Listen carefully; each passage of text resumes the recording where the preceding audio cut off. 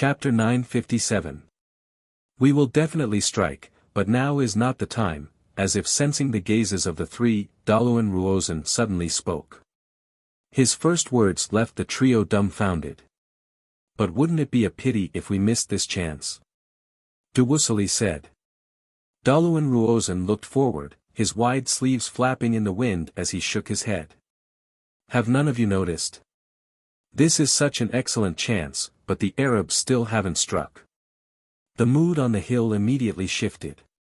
The three great generals frowned and subconsciously turned in the direction of the Arabs. Beyond the two steel defense lines in front of the city of Talas was a vast sea of Arab soldiers on the west side of the earth, a black tide of Arab soldiers stretching into the distance. But just as Daluan Ruozen had said, the behemoths were attacking. This was such an excellent chance, but the Arabs had clearly shown no intention of attacking. The three great generals fell silent at this sight, their brows furrowing even tighter. The Arabs are quiet. If they haven't struck, it can only mean one thing. Abu Muslim does not believe that now is the best time to strike. They still have other backup plans. Daluan Ruozen suddenly said, his eyes wise. The three of them were silent, but they all had looks of shock on their faces. This was just the beginning, and if they had other tricks up their sleeves, then the Tang army at Talas would truly be doomed and would find it difficult to escape complete annihilation. But what truly shocked the three of them was the terrifying methods of the Arabs. With this sort of strength, it was very difficult to find any power that could contend against them. In the end, this is a war between Arabia and the Tang dynasty. We've already done all we can, so it's not wise for us to usurp the host's position. Moreover, although the Tang dynasty's army is in disarray, it still has the strength to counterattack. Don't forget that, with the help of the formation, they have at least 4 great general-level experts. If we force our way in at this time, we might end up being thrown into disarray. If we suffer too heavy of a loss, the Arabs might even look down on us. Daluan Ruozen said. The last sentence caused the hearts of the three of them to tremble violently. As generals, the only thing the three of them had to consider was how to defeat their opponents on the battlefield. When it came to politics, he was not as clear and thorough as Daluan Ruozen. It was true that Uzun and the Western Turks had only formed an alliance with the Arabs, but their alliance was far from being that deep. If they were too impulsive and their strength was greatly reduced, causing the Arabs to look down on them and the alliance to break, the gains would not make up for the losses. Whether it was Wuxia or Wuxia, no one was willing to face such a huge beast. He. Daluan Ruozen smiled faintly. He knew that they had already understood. Deterrence is far more useful than real action.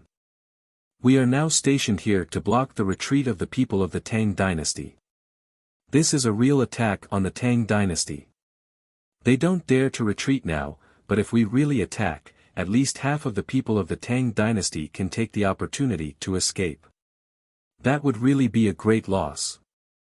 While Daluan Ruozen was discussing with Wuxia, the battle between the 4 top-class generals of the Tang dynasty and the behemoth had reached its final phase. Wang Chong, in his God King Yama form, was seated on the enormous rhino-shaped behemoth, his Vajra pestle slamming into its body while his other 4 arms were also attacking the behemoth with all their might. But when Wang Chong's attacks were at their fiercest, he felt a strange feeling in his heart. It was an indescribable feeling, like a flame was burning in his body just like the behemoth. The power of Lu Wu. As this thought flashed through his mind, Wang Chong suddenly came to his senses. What's going on here? Wang Chong froze. He could sense that the strength of Lu Wu that had been dormant in his body this entire time had suddenly awakened, and it was beginning to exert a powerful attraction on the behemoth. Wang Chong could sense an intense desire to devour it, and this feeling was only getting stronger and stronger. Bang! With no time to think, Wang Chong bellowed and punched. The moment he punched, violet flames surged out like a tide, engulfing his right arm and smashing into the behemoth's body. A woo! The behemoth, which had been in a frenzy, suddenly let out an unprecedented howl of pain. The behemoth's rich life aura was instantly reduced by a large margin, and the degree of weakening was even greater than any of its previous attacks. Not only that, as this punch descended, Wang Chong could clearly sense an enormous energy, brimming with life energy, rushing out of the behemoth's body and into his own. Wonderful! Invigorated, Wang Chong's strength of Lu Wu surged out and wrapped around the God King Yama's 4 arms. Boom boom boom. Without the slightest hesitation, Wang Chong's 4 arms rained down on the rhino-shaped behemoth's head. Crack! With one final punch, Wang Chong's blazing violet strength smashed into the behemoth's golden horn. With a crisp crack, the horn was shattered from the base and sent flying. Without this horn, the behemoth gave a mournful wail as its massive body toppled over. Rumble! The moment the behemoth fell, the earth quaked and large sections of the steel walls were smashed into smithereens. After enduring tens of thousands of arrows, more than 3,000 ballistae, and a storm of attacks from 4 great generals, the behemoth's life had finally come to an end. I've finally succeeded. A voice came from behind him as Gao Xianji jumped down from the behemoth's massive body. His face was rather pale. The behemoth had not been much of a threat to him, but its powerful vitality had consumed a great deal of Gao Xianji's energy. This situation is extremely bad for us. I feel like the Arabs are using this method to exhaust our strength. On the other side, Qing Qianli's supreme desolation god shook his wrist and pulled back the stellar energy chains binding the behemoth's body. His complexion was not very good. In order to avoid heavy casualties, he had put all his strength into this battle. We can discuss this matter later. The urgent task at hand is to gather the army. At the same time, Wang Yan emerged from the other side. As the commander of the army, he was most concerned about the state of the army.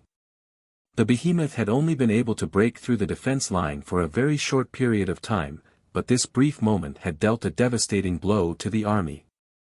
The 100,000 soldiers of Qixi had been thrown into disarray, their formation completely disrupted. Chong'er, how are you? Wang Yan turned his head to the other side, a look of concern on his face. These words immediately attracted everyone's attention, and countless gazes turned in concern to Wang Chong. Wang Chong's God King Yama sat motionlessly on the behemoth's body, seemingly lost in thought, a very strange expression on his face. I'm fine. Wang Chong shook his head as he came back to his senses. In a flash of light, Wang Chong dispelled the God King Yama and returned to his original appearance. Wang Chong jumped off the behemoth's body. Everyone, hear my order. Gather the army and return to your positions. Ballista troops, hear my order. Prepare to attack at any moment. Li Sai, Sun Jiming, quickly gather the soldiers and take stock of the casualties. Banahan, Guli, King Gonka, I need you to stabilize your people as quickly as possible. The moment his feet touched the ground, Wang Chong quickly regained his composure and issued a series of clear and precise orders. The panicked army immediately calmed down upon hearing Wang Chong's orders. Only after issuing these orders did Wang Chong have the time to examine the behemoth. Only by standing at its side could one truly sense its enormous size and the terrifying energy surging through its body. Even though the behemoth was dead, the brief moment before its death had left an indelible impression on the soldiers. Marquis, I've taken stock.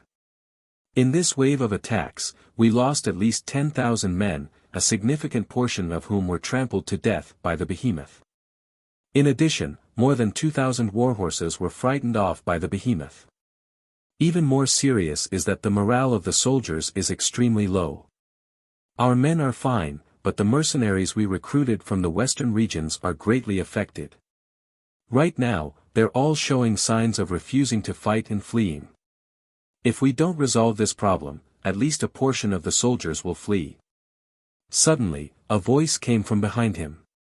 Li Sai cupped his fists and walked over. Not only that, a very long section of our defense line has been destroyed by the behemoth and urgently needs to be repaired. In addition, the behemoth's corpse is also a major problem. Its corpse is pressing down on our defense line, and there's a distance of more than 500 zhang that can't be repaired. If we don't resolve this gap, it will have a major impact on our defense line. Xue Qianjun also stepped forward, clasping his fists and bowing. There's no need to worry about the behemoth. Even if the Arabs wanted to, they wouldn't be able to climb over the behemoth's corpse. As for the destroyed defense line, quickly have someone repair it. In addition, Zhang Shouji. At this point, Wang Chong paused. Your subordinate is here. At almost the same time, the azure-robed Zhang Shouji stepped forward. How are the preparations for that weapon coming along? Wang Chong suddenly said. As soon as he finished speaking, the bodies of Cheng Qianli, Gao Xianji, Wang Yan, and the others trembled, and they couldn't help but look over. Wang Chong was the commander-in-chief of the army, a position that no one could shake, so very few people would interfere with Wang Chong's decisions. But even someone as composed as Gao Xianji couldn't help but be a little startled by Wang Chong's words. Chapter 958. Lord Marquis, ever since that giant beast appeared, I've already organized a group of people to begin assembling it. However, this type of giant ballista is complex and time-consuming. I'm afraid that it will take some more time to assemble. Zhang Shouji lowered his head and bowed. Wang Chong, what's going on here? And what's that giant ballista? Gao Xianji couldn't help but ask upon hearing Zhang Shouji's voice.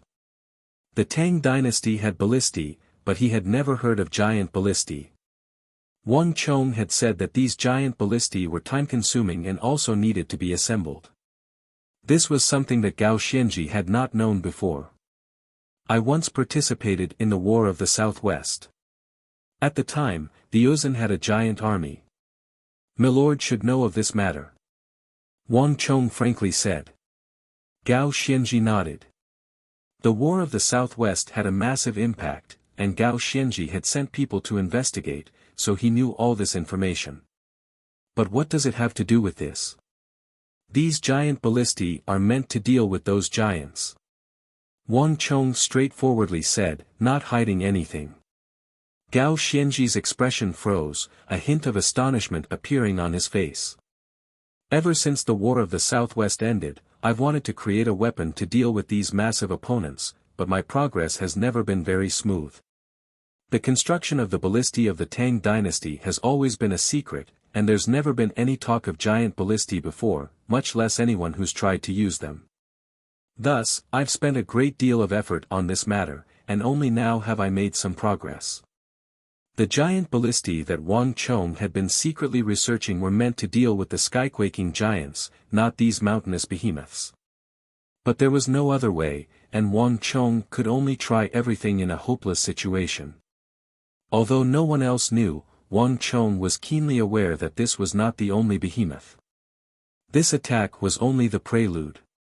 Time was short, and while Wang Chong and Gao Xianji were discussing countermeasures, Abu Muslim was standing in the rear of the army, his gaze piercing across the battlefield to stare at the behemoth's corpse. After a long while, he finally looked away. It failed. It seems like the giant beasts have no way to break through the defense line of the Tang dynasty. A voice came from behind him. Ziad frowned and suddenly said, "Don't worry." He had originally been full of hope for the giant beast legion, but this outcome wasn't what he had hoped for. Abu Muslim said nothing, his face expressionless as he slowly turned his head and cast a profound gaze in another direction. 100 feet from him stood a crimson figure. It was the commander of the behemoth army, Mazel. This is just a coincidence. As if understanding the meaning in Abu Muslim's eyes, the crimson Mazel clenched his teeth and argued. There is no opponent that my behemoth army cannot destroy, and there is no city that my behemoth army cannot destroy. Give me another chance, and I will completely destroy them, tear apart their defense line, and destroy their cities. Mazel clenched his fists. He had never imagined that he would encounter four elite great generals on the same battlefield. This was not a normal situation. This was even more than the number of great generals the Arabs had encountered in the past. We don't need you to destroy them. We only need you to tear apart their defense line and destroy their cities for us. As for everything else, that's our business. Abu Muslim finally spoke, his voice tranquil as ever. No matter how formidable the behemoths were, they were not as intelligent as humans. In Abu Muslim's plans, he had never hoped to use them to completely destroy the enemy. Perhaps they could destroy the great Tang soldiers, but it was impossible for top-class generals like Wang Chong and Go Xianji to do so. You! Mazel's eyes flashed with rage at Abu Muslim's words. This was a naked insult and slander. As the commander of the behemoth army and a trusted aide of the Caliph, no governor had ever dared to treat him like this. Don't forget His Majesty's decree. In this eastern battlefield, I am the highest-ranking commander. Everything is under my command. Putting aside the question of whether or not you can kill the enemy commander, if you can't even complete the simple mission of destroying the enemy's defense line in cities, I will not hesitate to kill you. Not even the Caliph will be able to save you. Abu Muslim said in an awe-inspiring voice, his expression as cold as steel that would not tolerate disobedience. Mazel fell silent. Abu Muslim's words were a form of humiliation, but just as he had said, Abu Muslim was the true ruler of the East. No matter how unwilling Mazel was, before the governor of iron and blood of the East, he had no choice but to bow and lower his head. As you wish, Lord Governor, I will complete the task you mentioned. I will quietly await your news. Abu Muslim gave Mazel a profound glance before quickly withdrawing his gaze. Although the battle was over, the tension in the air only increased. Behind the first defense line, a group of craftsmen was huddled together, busily working. Countless large parts were scattered around them, and in the center was an enormous machine that was slowly beginning to take shape.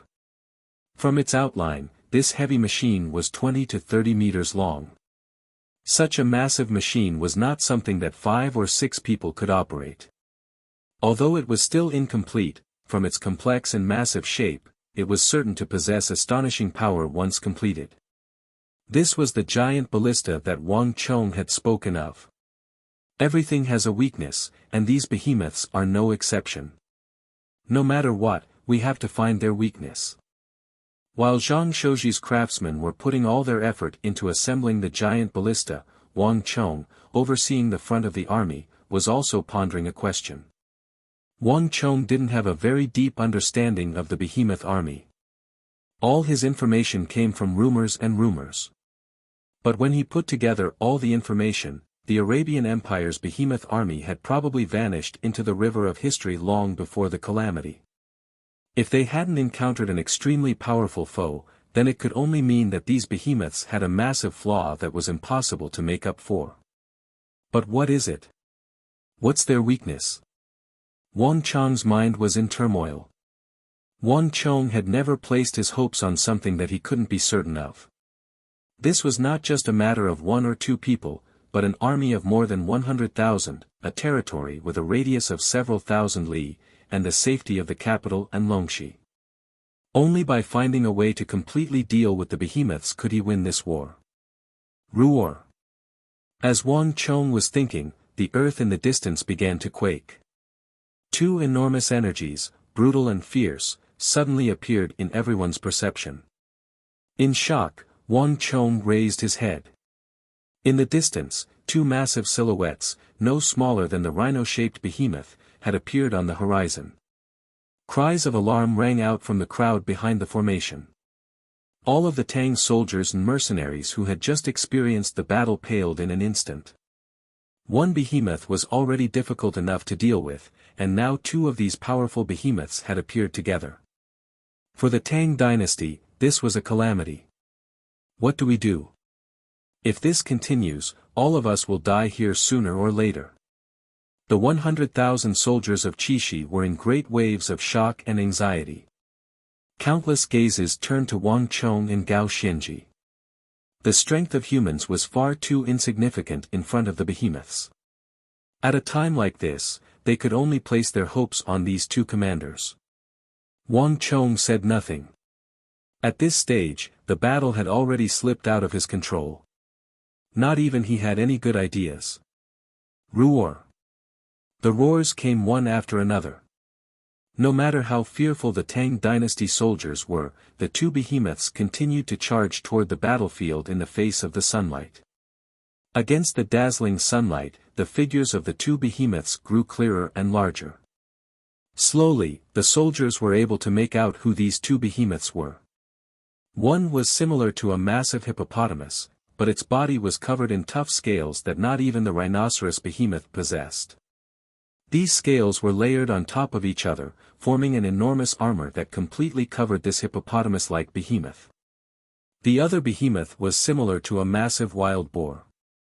Its body was covered in tough black fur, and its limbs were thick and nimble. Two pairs of sharp white tusks protruded from its lips. As it panted, its scarlet eyes stared at the majestic city of Talas, seemingly ready to attack at any moment. In both size and strength, these two behemoths appeared to be even stronger and more dangerous than the rhinoceros behemoth. Slap! The whip lashed through the air, creating a fiery boom as it struck empty air. An Arab guard loudly cursed as he walked, using his 8-meter-long whip to urge the two behemoths on. In just a few moments, the two behemoths had reached the edge of the western battlefield. The arrival of the two behemoths caused the mood among the Arabs to change, and the soldiers once more became excited. "Your Majesty! Your Majesty! Your Majesty!"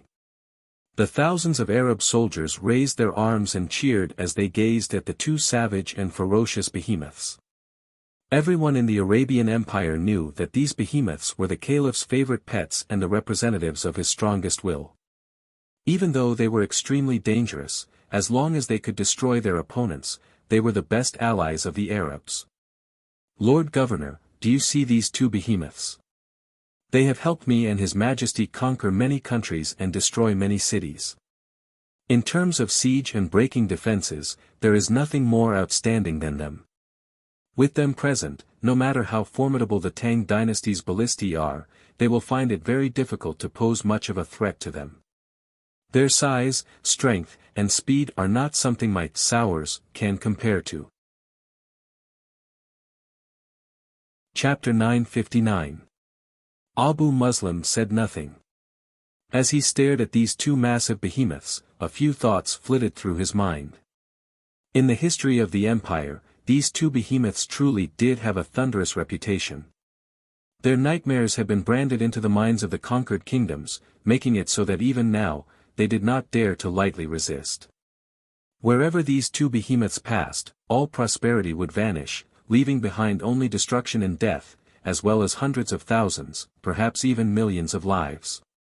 These two behemoths are the terrorizer and the destroyer. Abu Muslim's eyelids twitched, and his expression finally changed. "Correct." Mazel proudly nodded. The names of these two behemoths were legends in the Arabian Empire, so there was no need for him to explain them. Anyone who knew their names would pale at the mention of them and tremble in fear. Mazel was very satisfied with Abu Muslim's reaction. "Begin." Mazel turned his head and gave the order to the rear. Crack. With the crack of a whip, the earth quaked and the two behemoths that had stopped began to move once more. The tens of thousands of Arabs receded to the sides, opening a path for the two behemoths.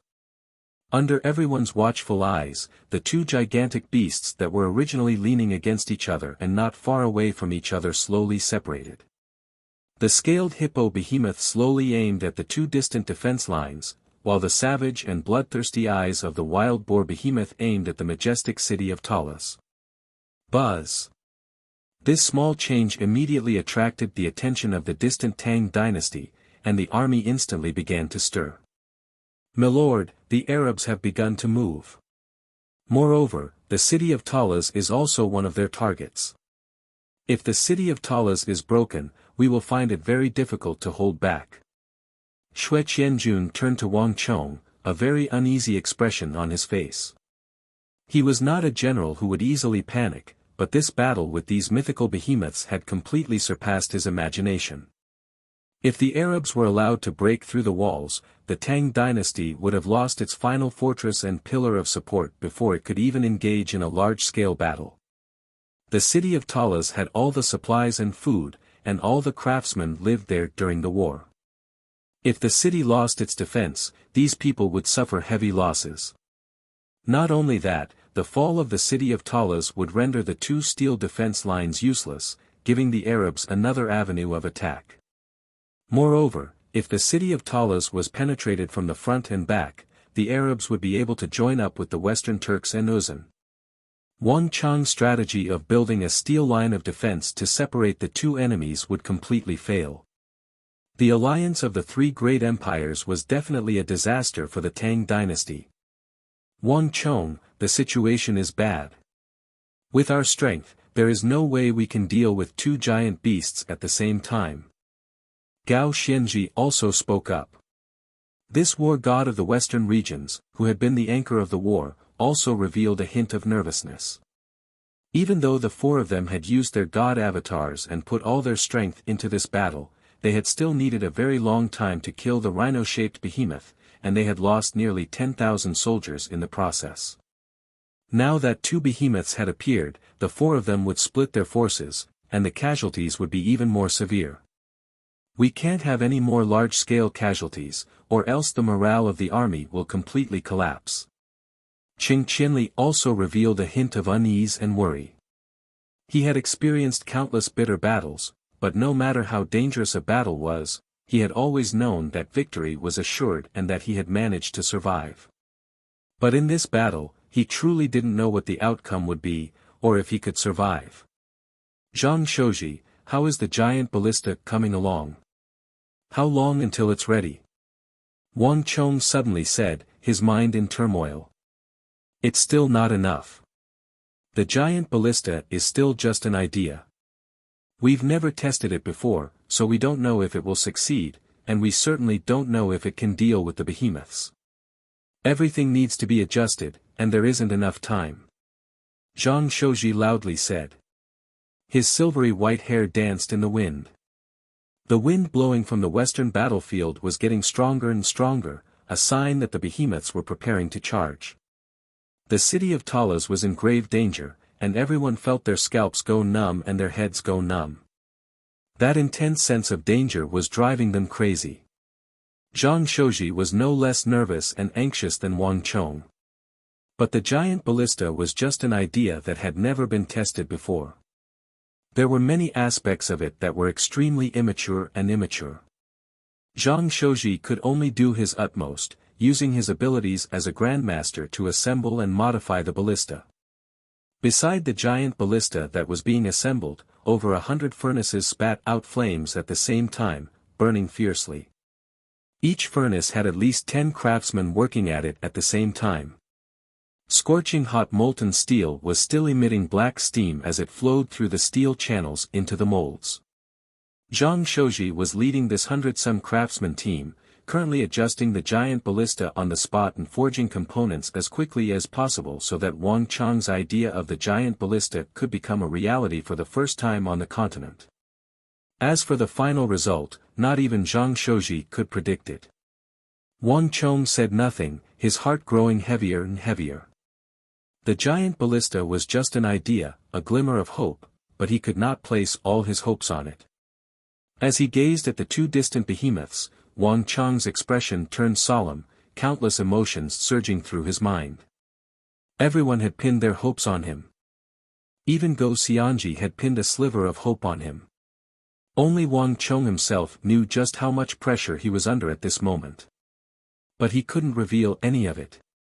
Li Sai, pass on my order. Have a group of soldiers move into the city. Zhang Shouji, hurry up with the construction of the giant ballista. In addition, I need you to forge a conical weapon at least 20 meters long and 1 meter in diameter. It doesn't need to be of high quality. Just make it as quickly as possible. A few moments later, Wang Chong issued a series of orders. Whether it was Wang Chong's sharp 3-foot-long Wuxia steel sword or his Vajra pestle formed from stellar energy, none of them were enough to deal with these massive behemoths. What Wang Chong needed was a more powerful, a true physical weapon. Lord Protector General, isn't it a little inappropriate to have a portion of the soldiers retreat into the city? The reason the Arabs and Uzan haven't attacked is because our soldiers are outside the city, intimidating them to a certain extent. If we withdraw our soldiers into the city, we won't have enough soldiers and might cause both sides to attack us at the same time.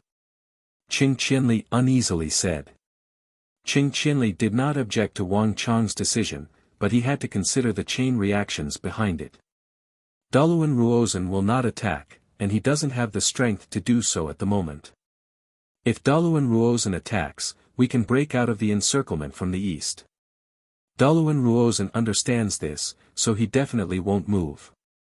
As for Abu Muslim, you're right about one thing. He truly is using the behemoths to exhaust our strength. Until this goal is achieved, he won't move lightly. Moreover, if the Arabs follow the behemoths when they attack, they will also be attacked by the behemoths. Thus, as long as we don't withdraw more than half of our soldiers, Doluan Ruozan and Abu Muslim won't easily attack. Wang Chong's eyes were wise as he slowly spoke. In this battle, no one had a better grasp of the situation than he did. His every move, every order, was the result of careful consideration. Understood. Wang Chong's explanation caused the doubt in Qing Qianli's eyes to recede. Roar. Just as the two of them were talking, the air currents surged. On the west side of the battlefield, sand and pebbles flew and dust filled the air. A loud and clear roar of a wild beast came from that direction. In a few short moments, the two behemoths had finished adjusting their targets and were finally beginning to attack. Boom! In the blink of an eye, the two behemoths shot toward the city of Talas. Rumble! The earth quaked as the first to charge out was the hairy boar behemoth. It twisted its body, and in the blink of an eye, it had overtaken the hippopotamus behemoth by a body's length. Its hooves were extremely fast, stirring up dust 10-some meters into the air. On the other side, although the hippopotamus behemoth was not as fast as the boar behemoth, it was not slow at all. Instead of feeling clumsy, it seemed extremely nimble. The two behemoths charged at the Tang dynasty's steel defense line and the city of Talas. Ready! A shrill cry resounded through the entire defense line. All of the soldiers quickly gathered and prepared, especially the ballista troops at the very front. Thick and long black ballista bolts creaked as they were quickly loaded and aimed at the target in front of them. Of all the reinforcements of the Tang dynasty, only the ballista soldiers could deal any damage to these mountainous behemoths. Wang Chong. Gao Xianji's nervous voice rang out in Wang Chong's ear. In the distance, sand and dust filled the air as it surged toward the city of Talas. When the two behemoths charged together, the terrifying momentum they exuded far surpassed that of the rhino-shaped behemoth. After witnessing the destructive power of the rhino-shaped behemoth, Gao Xianji was well aware of just how frightening their attacks were. They had to deal with them before they could reach them. Otherwise, the army would suffer disastrous losses. Even if they died within the defense line, the massive bodies of these behemoths could still cause massive casualties in the army. If they wanted to avoid massive casualties, the four of them had to think of a way to deal with these behemoths. Leave that scaled behemoth to me. As for the others, Lord Gao, Lord Cheng, and Father, I'll leave them to you. Time was of the essence, and every second counted. As soon as Wang Chong finished speaking, he squeezed the sides of his horse and shot past the first defense line like a bolt of lightning. Li Sai, Kong Xian, all Wuxian cavalry, follow me. Chapter 960. The behemoths were extremely powerful, and without the agility and reflexes of a human, it was impossible to get close to them. Recklessly approaching them would only result in death or injury. In the entire army, the only ones with the strength to fight alongside him were the nimble, monkey-like Wuxian cavalry, who were used to traversing the mountains and precipitous valleys. Moreover, the God King Yama formation required the power of the 5,000 Wuxian cavalry. This was also why Wang Chong had to bring them along. Neigh. The warhorses neighed loudly, their hooves rising and falling. The moment Wang Chong charged out of the defense line, the 5,000 Wuxian cavalry followed, leaving a trail of dust as they fearlessly galloped toward the distant hippopotamus behemoth. After repeated battles with Wang Chong, the Wuxian cavalry had become extremely determined and powerful. No matter what sort of danger they faced, they would never retreat. Protector General Wang Qing Qianli, Gao Xianji, and the others paled in fright at this sight. No one had expected Wang Chong to make this decision. He wanted to face the behemoth alone. The Arabian behemoths were extremely terrifying. Even the combined strength of 4 people had been unable to stop the rhinoceros behemoth, so how could Wang Chong face an even stronger behemoth all by himself? Lord Protector General, we must call Wang Chong back. He's in too much danger. No one can deal with a behemoth alone. He'll die. Qing Qianli worriedly said as he turned to his commander, Gao Xianji. There's no need. Suddenly, Wang Chong's father, Wang Yan, walked over from the rear. The battlefield has always been fraught with danger. As a great general, one must be prepared to deal with any situation, including death. Chong'er isn't a rash person, so I'm sure that he has his reasons for doing so. The urgent task at hand is to think of a way to deal with the other behemoth. As Wang Yan spoke, he turned his head to look in another direction. There, a huge beast that looked like a wild boar was leading the way and was about to reach the city. That's the only way. Gao Xianji took a deep breath and said in a deep voice. The city of Talas was very important. It was everyone's last resort. The defense line could be broken, but the city of Talas could not be broken. They had to stop that giant beast no matter what. Qing Qianli, Shi Yuanqing, everyone, follow me. Gao Xianji patted his warhorse and galloped toward the wild boar. Army, follow me. Almost at the same time, Wang Yan issued a military order with a solemn expression. Rumble. The earth quaked as tens of thousands of infantry followed Wang Yan's order and began to move out from the first defense line. The clanging of armor resounded through the world. As Wang Yan led the infantry troops into action, the atmosphere of the entire battlefield became extremely tense. Everyone's gazes were fixed in front of them, and even their breathing became erratic. Too terrifying. Other than the Lord Protector Generals, no one can fight against these behemoths. I hope that the Lord Protector Generals can stop them. Otherwise, everyone will die. We'll win, we'll definitely win. Please. All of them gripped their weapons, their hearts nervous and uneasy. Their strength was too minuscule, and all of them were terrified. Their fates truly were tied to the 4 generals. Bang! The earth quaked as the tens of thousands of soldiers in front of the first defense line began to shake, and the shaking was only getting stronger and stronger. Roar! Roar! A powerful wave of qi surged forward like a huge wave, heavily colliding with the first line of defense.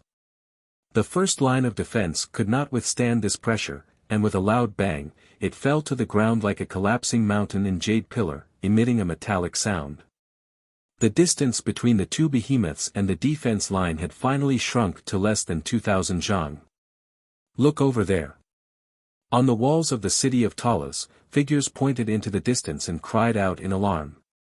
The first to charge over was not the behemoth that looked like a hippopotamus, but the massive black boar. From the lofty walls of Talas, all one could see was a vast expanse of grey dust stretching for tens of thousands of feet. In this cloud of dust, one could faintly make out the vicious behemoth, its 2 scarlet eyes fixed on the city of Talas, brimming with a boundless desire to destroy. Just a glance was enough to make everyone's body go numb, a fear that came from the depths of their souls. 20,000 zhang. 1,500 zhang. 1,000 zhang. The black boar behemoth charged at a speed far faster than anyone had imagined, crossing nearly 1,000 zhang in the blink of an eye. In the blink of an eye, the behemoth had stirred up a gust of wind as it howled and galloped less than 1,000 feet from Talas. Up! A thunderous roar resounded over the plains. The first to attack the behemoth was not Wang Chong, who had led the charge. Rather, it was Gao Xianji, Qing Qianli, and Wang Yan, 3 top-class imperial great generals. 6 Ultimate Majesty's God Art. Supreme Desolation God Formation. Mighty Miracle God Formation. In the blink of an eye, the 2 enormous gods rose from the ground, their iron fists the size of mountains striking from all directions. Together with Go Xianji's 6 Ultimate Majesty's God technique, they attacked the black boar-shaped beast together. Great Fire Crow Art. Almost at the same time, a ball of raging flames more dazzling than the sun suddenly shot up from the ground, transforming into a golden crow with a wingspan of over 200 feet. Its body was covered in black smoke and raging flames, and it fiercely crashed into the giant beast. At this moment, the Brigadier General Ferdinand Banahan also joined the fray. Awoo! With a howl of pain, the black boar behemoth raised its head and howled. To everyone's surprise, the moment the behemoth was attacked, the behemoth leaped forward, showing no desire to fight. It passed through the attacks of 3 great generals and 1 brigadier general, instantly vanishing in the direction of the city of Talas. What? Everyone paled in fright at this sight. Their goal in attacking had always been to use this method to delay the behemoth. But the behemoth's reaction made all of them miss the mark. Not only that, but Gao Xianji and the others could feel that this behemoth was completely different from the rhino-shaped behemoth from before. Its skin was thicker, denser, harder, and more difficult to penetrate. The hard black hair on its body had a special power, and a considerable part of the attacks of Gao Xianji, Qing Qianli, and the others were offset by this hard hair. Block it! Before they could think about it, they panicked and hurriedly chased after the black boar-like behemoth. But it was too late. Boom!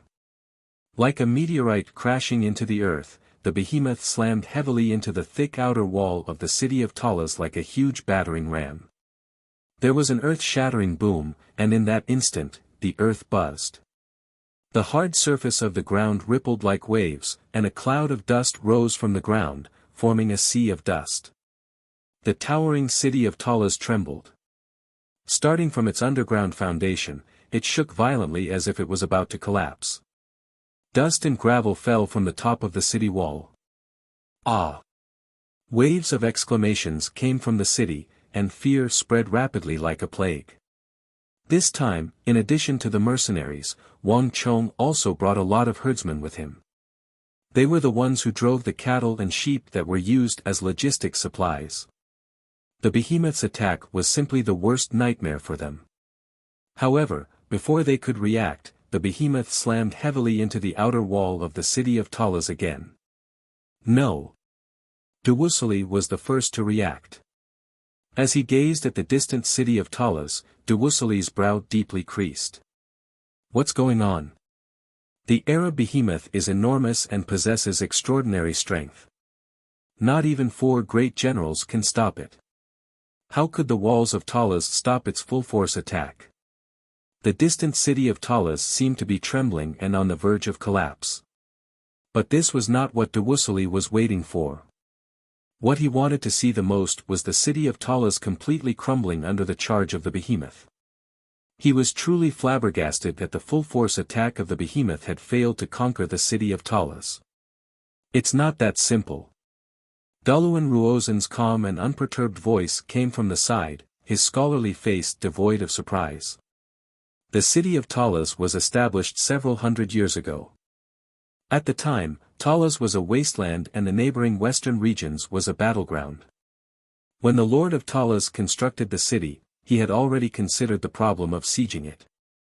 Therefore, they specially built a huge 100,000 Rakshasa earthen stronghold formation underground. It took more than 20 years and 700,000 to 800,000 people to build it. Their goal was to build a city that would never fall on the Silk Road to the west, able to defend against all kinds of weapons and disasters. Moreover, the Myriad Rakshasa Earthen Stronghold Formation is an extremely powerful earth element formation, and the city of Talas is constructed from those large boulders. The earth element energy makes the entire city of Talas a single entity, making it very difficult to break.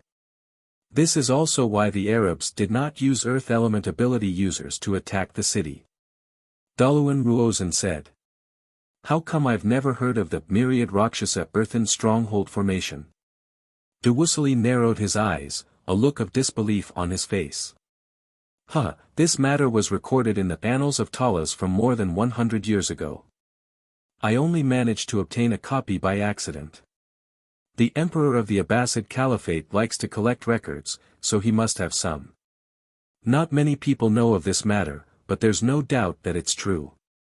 Daluan Ruozen lightly brushed his sleeve and indifferently said.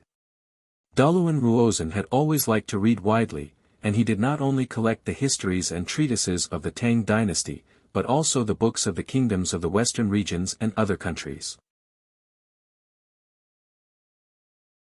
Chapter 962. Cree. Chapter 954, Attack. Cree. A few moments later, the shrill sound of a bone flute resounded over the battlefield. The terrorizer, which had been on the verge of going berserk from Wang Chang's attack, suddenly became somewhat clear-headed. Its scarlet eyes moved from Wang Chong to the two distant defense lines and the dense ranks of the Tang dynasty soldiers behind them. Not good. The Arabs are controlling the behemoth. Wang Chang's body trembled as he sensed that something was wrong. He had charged out of the formation with all his strength in order to stop the behemoth and limit the battle outside the defense line so as to avoid heavy casualties. But now, the Arabs had clearly noticed this and were doing their utmost to correct it. Roar! A deafening roar shook the heavens and the earth. The instant it raised its head, the terrorized one moved its four legs and stomped heavily on the ground. Instantly, an enormous power erupted from its body. Li Sai, watch out! Everyone, get back! Wang Chang's pupils constricted as he sensed danger. The Wuxian cavalry had been on the ground this entire time, attacking the behemoth's short and thick limbs. Moreover, many of the cavalry had been in front of the behemoth during the charge. If the behemoth suddenly attacked, the Wuxian cavalry would suffer grievous losses. Retreat! Li Sai, Kong Xian, and the others had just begun to retreat when they heard a boom. Endless clouds of dust soared into the sky, and within this cloud of dust, the scaled Arabian behemoth charged toward the front lines with a speed that did not seem to match its massive size. Boom! As the several hundred Wuxian cavalry retreated, a massive foot the size of a mountain suddenly pressed down, leaving behind a deep footprint in the ground. The soldiers cried out in alarm at the sight of this massive footprint. If they hadn't reacted quickly enough, they would have already been pulps of meat. Beast, where are you going? Just as everyone was still shocked by the giant beast's strength, a loud roar suddenly came from above their heads. Wang Chang's attention had been focused on the terrorizer this entire time. As the Arabian behemoth began to charge into the distance, Wang Chang's god King Yama reached out with his right hand and grabbed onto the behemoth's hippopotamus tail. Up! With this successful move, Wang Chong lowered his center of gravity and half-squatted while his other arms pressed against the behemoth's hip to stop it. But the behemoth was incredibly powerful. Although Wang Chong was able to shave away a significant portion of its vitality with each blow, he was still able to absorb its vitality. But in terms of pure strength, even though Wang Chong had absorbed the energy of the behemoth and reached the middle great general level, there was still an enormous gap between him and the behemoth. When the behemoth gathered its strength and charged at the defense line, not even Wang Chong could stop it. Roar! Violent winds howled, covering the sky and earth, sweeping up countless dust and dirt fragments toward the steel defense line in the distance. The hippopotamus-shaped scaled beast followed behind the gale, galloping forward. Chi, chi, chi, under the powerful drag of the giant beast, the God King Yama's legs left two extremely deep marks on the ground, and the smoke and dust behind it also surged. Damn it! We're no match for it like this. Wang Chong grimaced. Hua! Cries of alarm came from the front as the soldiers behind the defense line began to retreat in panic. 1,000 zhang, 800 zhang, as the behemoth got closer and closer, the air grew more and more tense and panicked. Wang Chong was extremely worried. In the first wave of attacks, the Great Tang had lost 10,000 soldiers in just a few short moments. If the scaled behemoth was allowed to charge into the defense line at this speed, the army would collapse today. All their years of effort would be wasted. Army, get ready! Chen Bin shouted from behind the defense line. His right hand tightly gripped his Wuxia steel sword, the tip of his sword tilted as he stared into the distance. As Chen Bin spoke, the ballistae behind the first defense line began to hum and hum. Thick black ballista bolts slowly rose into the air and aimed at the scaled behemoths. Raise the bolts 30 degrees and aim at the behemoth's head. Chen Bin's voice rang out in everyone's ears. Chen Bin's panic was no less than the others, but his voice remained calm and his eyes were fixed on the giant beast in the distance. The army of 100,000 could only rely on the ballistae. The 3,000 ballistae were the army's final hope and defense. No matter what, he could not retreat. Rumble, rumble, rumble. The ground cracked and the mountains collapsed. The behemoth moved with incredible speed. 600 zhang, 400 zhang. The distance between them grew shorter and shorter. The billowing sand and wind swept across the sky, hitting the faces of the soldiers behind the defensive line like needles. But whether it was Chen Bin or the others, everyone stood there like statues, holding their posts and not moving at all. The behemoth moved with incredible speed. In just a few seconds, it had advanced another 100 zhang. It was now only 300 zhang away. At this distance, everyone felt a stifling dread. The threat of death caused even the most seasoned soldiers to pale. But even so, no one chose to run. Release. As the aura of death reached its peak, Chen Bin immediately swung his Wuxia steel sword down. Boom boom boom. Countless ballista bolts flew through the air like dragons soaring out of the sea, shooting toward the behemoth's head. The tens of thousands of ballistae fired in unison, their shrill screeches drowning out all other sounds in the world. Awoo! In front of everyone's eyes, more than 3,000 crossbow bolts pierced the behemoth's head. The scaled behemoth let out a long howl as it suffered such a heavy blow. Its surging life force suddenly weakened, but the behemoth's running speed didn't slow down in the slightest. Release again. Unperturbed, Chen Bin raised his wood steel sword and swung it down. In the blink of an eye, the second volley of ballista bolts struck the behemoth's head. Release again. The third volley of ballista bolts quickly arrived. Each bolt pierced through the behemoth's thick scales and tough skin, but they were unable to inflict a fatal wound. Not good. Upon seeing this, one of the ballista officers couldn't help but anxiously yell, "What are you waiting for? The behemoth's skull is too tough. Our ballista bolts can pierce through its scales and tough skin, but they can't pierce through its bones." Of the behemoth's entire body, only its skull was covered in the least amount of scales. If they couldn't pierce through its skull, no matter how fierce their attacks were, they would never be able to kill the behemoth. "Milord, what do we do?" All eyes were on Chen Bin, who was at the forefront of the line of defense. Chen Bin said nothing. His hair was disheveled and his armor rustled in the wind, just like his mood. The ballistae were the army's final barrier. Not even the ballistae could deal with the behemoth. This was beyond Chen Bin's abilities, but he could not retreat, much less move. The ballistae were the source of the morale of the army. The behemoth roared as it charged forward. It was less than 200 zhang from the first defense line. "Chen Bin, get out of the way." At this moment, a heaven-shaking roar came from the front. Chen Bin raised his head and saw a violet flame flickering in the air. In a flash of light, a massive four-armed god suddenly rose up from the back of the behemoth. Head down, feet up, two massive arms pushed against the behemoth's back, flipping over its body from its tail to its front. Boom! Wang Chang's God King Yama's four arms smashed down on the behemoth's head, and the violet flame smashed into the behemoth's head. With a heaven-shaking boom, massive waves of energy surged through the air. Zhang Shouji, is the giant ballista ready? How much longer? Wang Chang's furious roars exploded in everyone's ears, and the atmosphere was extremely tense. No. There's not enough time.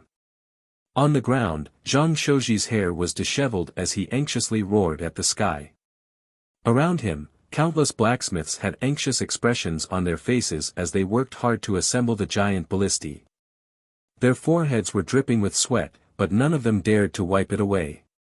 Time was too short. This giant ballista had required more than 1,000 people to build. They were already doing their utmost, but it was still far from enough. There's no time. Hurry! Wang Chang's panicked roars echoed over the battlefield. The behemoth was extremely powerful, and with each wave of its terrifying brute strength, Wang Chong had no idea how long he could last. The giant ballista was an important part of Wang Chong's plan, but he didn't have much time left. God King Yama's descent. With no time to think, Wang Chong used one of the God King Yama's strongest techniques. He normally wouldn't have been able to use this technique, and this was an ability that Wang Chong had only gained after breaking into the middle great general level. Boom! As everyone watched, Wang Chong's God King Yama crossed its four arms, and the furious howls of thousands of ghosts filled the world. Boundless origin energy began to gather around Wang Chong and pour into Wang Chong's body. Boom! Wang Chong's feet spread apart and his body leaned forward, his four massive arms smashing against the scaled behemoth's body. The terrifying strength in his arms instantly pressed against the behemoth's head. Even the behemoth's terrifying strength was momentarily stopped by Wang Chong's explosive strength. Whoosh! Chapter 963. How could this be? The behemoth's power isn't something a great general can stop. On the distant hills, even Wuxia Wuzong's eyes widened in shock at this sight. In terms of strength, he was actually stronger than Wang Chong, but not even Wuxia Wuzong could say that he could stop the behemoth. Nothing is impossible. To do something beyond one's abilities requires one to pay a price. He's just using his body to endure the behemoth's charge. It looks astonishing on the surface, but he's already injured. Truly foolish. Wuxia's eyes were bright as he sneered. Although they were both great generals, in terms of cultivation, Wuxia firmly suppressed Wuxia Wuzong and Dusong Mangpoch. With Wuxia's cultivation, he had long ago noticed that Wang Chong had suffered significant internal injuries. In the distance, as if in response to Wuxia's voice, the God King Yama's arm snapped off at the base and dropped to the ground. Ah! General! Milord! Cries of alarm rang out from behind the defense line, and even Zhang Shouji paled. Wang Chong was currently the barrier of the army. If even he was injured and could not stop the behemoth, then the giant ballista would be meaningless. Everyone would be doomed. I'm fine. I can still endure it. Wang Chong's voice came from above, apparently understanding their worries. Zhang Shouji, where's my weapon? Give it to me. Wang Chong's voice was tinged with worry. Yama Descends was a supreme technique of the Yama. It could absorb the origin energy of all things in the world, the sun, moon, mountains, and rivers, to greatly strengthen oneself. However, this ability could not be maintained for long, and it would have severe side effects. Since he could not count on the giant ballista, Wang Chong could only place his hopes on that weapon. A mere Vajra pestle formed from stellar energy was far from enough. Wuming, Wujia, Wui, Wooding, how are your weapons? Are they not ready yet? Don't tell me you can't even forge a simple iron rod. Zhang Shouji was also angry. He turned his head and looked at the craftsman team not far away. Master, it's done. All that's left is the mold. It'll be ready in a moment. The young craftsman hurriedly said. Bastard. Zhang Shouji finally couldn't hold it in anymore. He strode over and kicked a few of his trusted disciples. Mold. Molds. Is this the time to care about molds? How pedantic. Hurry up and push the iron rod out. Zhang Shouji was so angry that he didn't have time to say anything. He pushed away the disciples and walked to the side of the craftsman. He reached out and forcefully opened the mechanism of the casting machine. Boom! With a loud clang of steel, a conical iron rod more than 10 meters long and 1 meter thick rolled down a steel slope from the casting unit, its whole body still emitting black smoke. The surface of this iron rod was still wrapped in a thick mold and reinforced with screws. Wang Chong. The weapon is here. It's all up to you now. Zhang Shouji's hair danced in the wind as he pulled open the mechanism and anxiously shouted at the sky. Okay. Amidst the thunderous roars, a huge foot grew in size, crossing the first line of defense and stomping heavily on the ground. Amid the exclamations of the surrounding people, a huge palm quickly reached down from the sky and grabbed the iron rod that had just been forged. Rise! With a shout, Wang Chong grabbed the iron rod from the ground. Howl! Just as Wang Chong leaned back, relaxed his resistance, and grabbed the iron rod, the hippo-like scaled beast's eyes flashed fiercely, and it rushed over with all its might. That collision could topple mountains and overturn seas, and it shook the heavens and the earth. Perhaps even a mountain range would collapse from the collision. However, in the face of this earth-shattering impact, Wang Chong didn't flinch at all. Bastard! Good move! Wang Chong roared angrily. With both hands holding the 10-meter-long iron rod, he didn't dodge or evade, and smashed it down heavily. Rumble! Wang Chong used all his strength in this strike. With a deafening sound, the scaled beast's head was smashed several meters away from Wang Chong. The force of the strike was so great that the beast's head was smashed into the ground. It let out a shocking roar, and even its head seemed to be split open. The giant beast was smashed to the ground by the rod, and it lost its balance. Half of its body slammed into the ground, creating a huge crater in the ground with a loud rumble. Beast, eat another one of my moves. Wang Chong's right foot stomped down on the behemoth's head.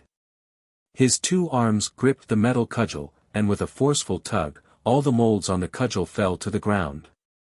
Wang Chong gripped the thick end of the cudgel and turned it around to stab at the behemoth's head. Awoo!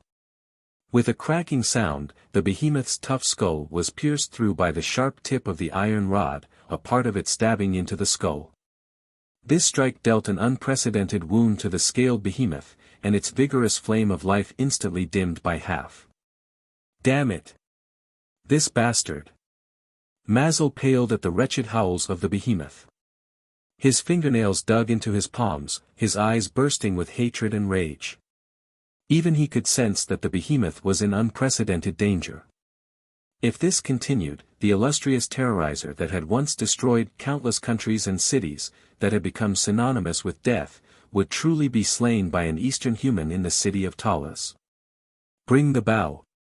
A cold and dignified voice came from the rear of the army. Abu Muslim narrowed his eyes and extended an arm. A large golden bow, half the height of a man in a red bowstring made from the meridians of some unknown behemoth, was delivered into Abu Muslim's hand. This was Abu Muslim's treasured bow, the bloody slaughterer. Abu Muslim rarely used this bow, only in extremely troublesome situations or when facing extremely troublesome opponents. The terrorizer and the destroyer were the symbols of the caliph and important fighting forces of the empire. Whether it was for the dignity of the caliph or for the victory of the war, Abu Muslim could not allow Wang Chong to succeed. Buzz!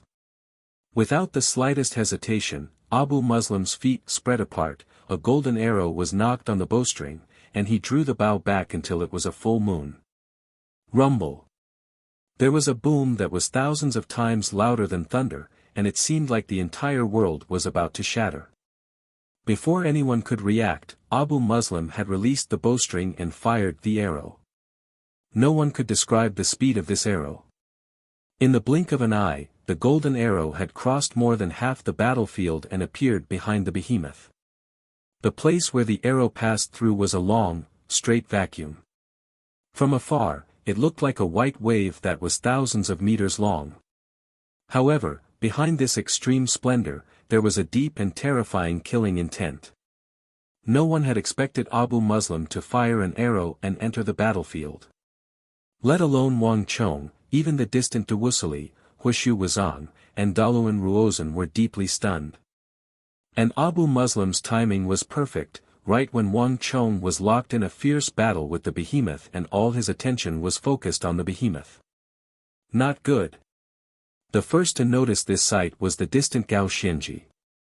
When he had been dealing with the black boar behemoth, he had been facing the defense line, so he had clearly seen that Abu Muslim's arrow was aimed at the Shanzhong point on the God King Yama's chest. That was where Wang Chong's main body was when he used the God King Yama formation. If Abu Muslim's arrow hit him, Wang Chong would be doomed. Abu Muslim's reaction was fast, but Wang Chong's was even faster. The moment the arrow was fired, Wang Chong had sensed it. Although Wang Chong's martial arts had not reached the level of his last life, his psychic energy had long ago reached the peak of the Saint Martial realm. Although Abu Muslim's attack was sudden, it still failed to escape Wang Chong's psychic energy. Boom! There was a massive explosion of energy as Wang Chong leaned to the side and smashed his metal cudgel against Abu Muslim's golden arrow. The huge force directly smashed the arrow into pieces. How could this be? In the rear of the army, Ziad's body trembled as he stared in shock, almost not daring to believe his eyes. The governor rarely fired an arrow, but when he did, he would always choose a moment that would make it impossible for his opponent to dodge. But that young Tang people commander in the distance. Not only had he sensed it ahead of time and dodged the arrow, he had even shattered it with a single blow of his cudgel. Ziad had never seen such a thing happen before. "Milord." Ziad's heart trembled as he subconsciously turned to Abu Muslim. Abu Muslim's back was still as steady and dignified as ever, but Ziad could still sense a slight tremor in his heart. It was clear that he had not expected this. But Abu Muslim said nothing. He slowly put down the golden bow and sat back down on his throne as if nothing had happened. "Take it." Abu Muslim passed the bow in his hand to the guard next to him. "But, milord. This might have just been a coincidence. If you fire a few more arrows, that Tang people will definitely be unable to stop them." Ziad finally couldn't help but say, his expression faintly uneasy. "There's no need." Abu Muslim immediately rejected the offer. "Since the first arrow was useless, the second and third arrows will be useless as well. These Tang people are far more formidable than you and I imagine. And besides, I never fire a second arrow." Chapter 966. Fury of the Yama. Just when the black boar behemoth was about to smash into the walls again, Wang Chong's black god King Yama soared into the air, his massive cudgel blazing with violet flames as he smashed it against the behemoth's head. At almost the same time, there was a massive boom as the giant ballista controlled by Chen Bin and Su Qi also attacked. Two massive ballista bolts struck the head of the black boar behemoth. Awoo! The black boar-like beast, the destroyer, suddenly raised its head and let out a long, mournful howl. This time, its long, iron-like hair and tough, elastic skin were not of any use. Two long crossbow bolts pierced through its skin and bones, stabbing deep into its head. This time, the destroyer finally suffered an unprecedented blow. Boom! Boom! Just as the destroyer was howling miserably, another 2 long crossbow bolts whizzed over from afar and hit the destroyer's head. The exuberant flames of life of the black boar behemoth instantly dimmed as if they had been doused in frost. Wonderful! Gao Xianji, Qing Qianli, and Wang Yan were invigorated by this sight. Without the slightest hesitation, the 3 great generals of the Tang dynasty worked together with Wang Chong and the 2 giant ballistae to attack the black boar behemoth. 1 second, 2 seconds, the life energy of the black boar behemoth began to wane at an astonishing rate. Awoo! The behemoth roared, its scarlet eyes turning to stare at the 2 giant ballistae in the distance as it madly charged forward. The behemoth's attention had originally been focused on the siege, and the 2 giant ballistae seemed to be dealing more damage to it than the 3 great generals. Each blow was so painful that the behemoth had no choice but to pay attention to the 2 ballistae even if it didn't want to.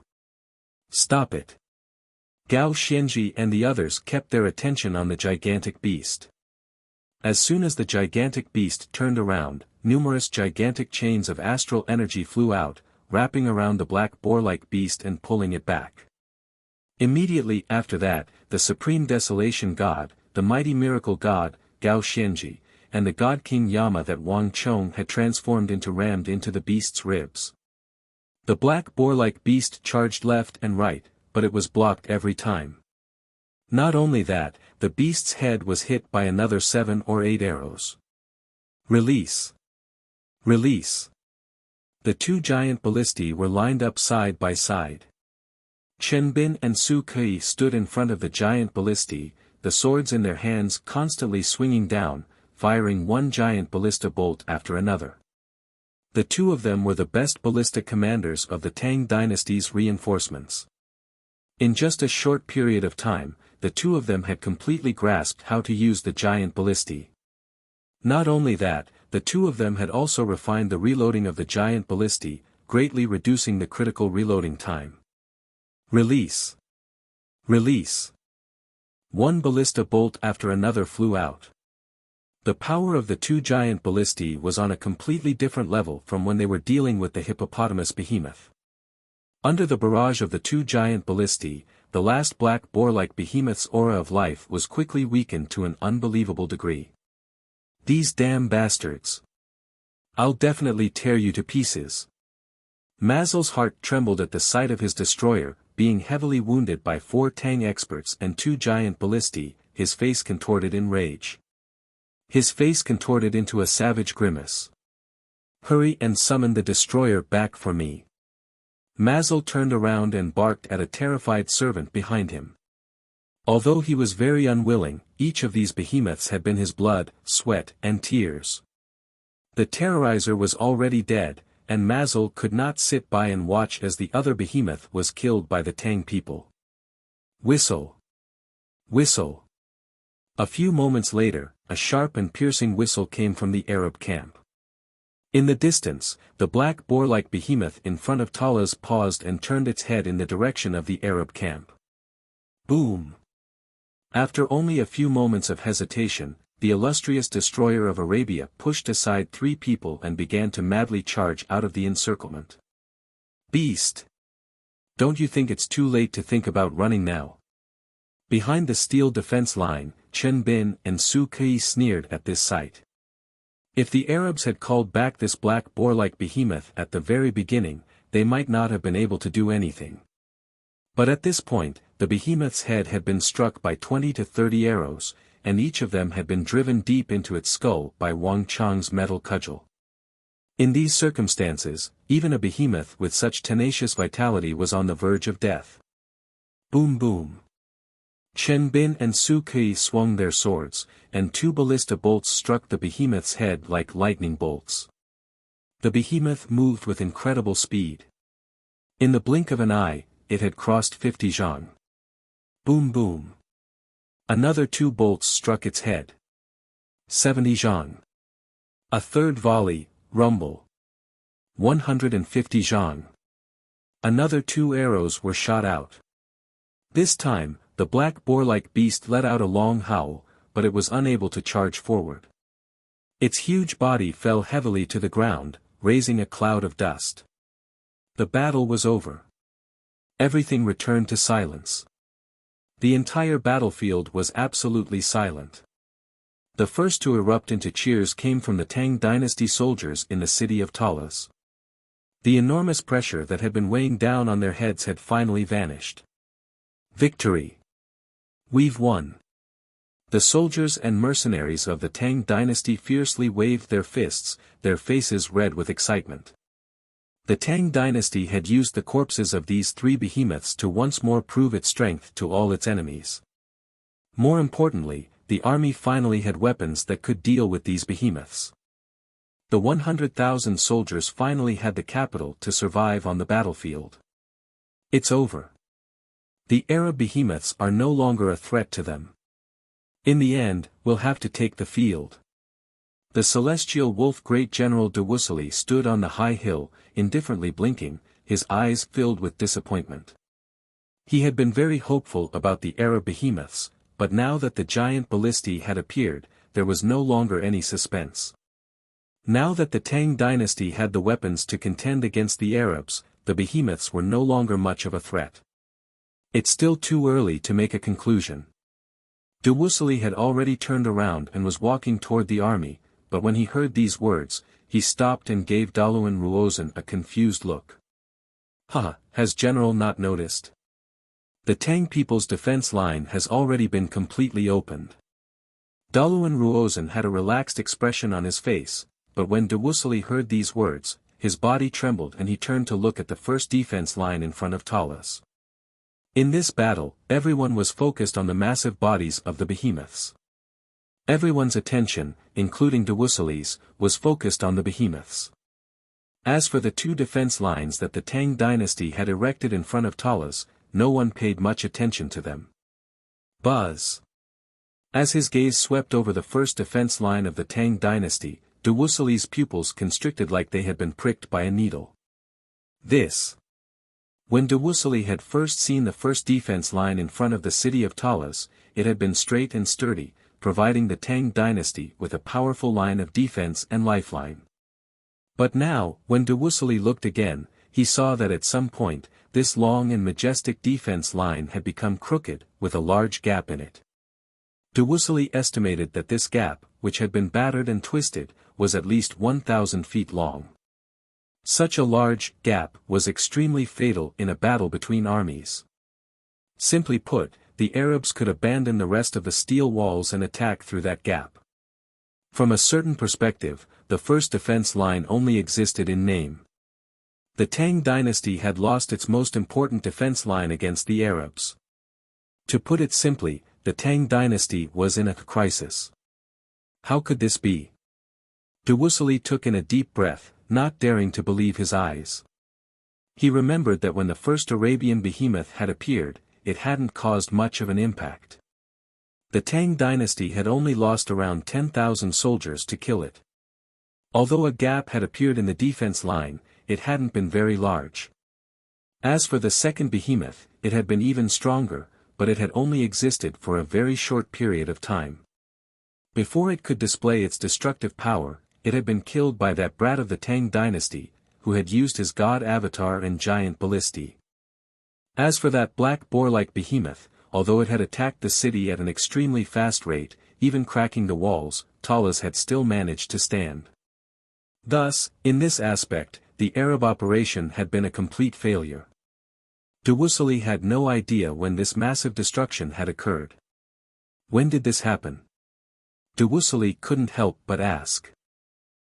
In truth, it was already here at the very beginning. All of you were only paying attention to the battle between the behemoth and Wang Chong, not paying any attention to what was happening on the ground. The behemoth attacking the defense line was far more powerful than they had imagined. None of you have noticed, but its strongest attack is actually not its body, but its 4 thick limbs and soles. Daluan Ruozhen faintly smiled. His eyes were on all sides and his ears were on all sides. Not only did he have to pay attention to the big picture, he also had to pay attention to the small things that ordinary people would not pay attention to. This was what a top-notch strategist should do. Chapter 967. Let alone Wuxia, even Huishu Wuzong and Dusong Mengpoch were stunned by Daluan Ruozen's words. Without a doubt, just like Wuxia, they didn't notice this at all. Daluan Ruozen took in everyone's reactions and smiled without saying a word. In this war, he had seen much more than Wuxia and Huishu Wuzong. Although the behemoth is dead and the Tang dynasty has the heavy weapons to deal with the behemoth, this war is far from over.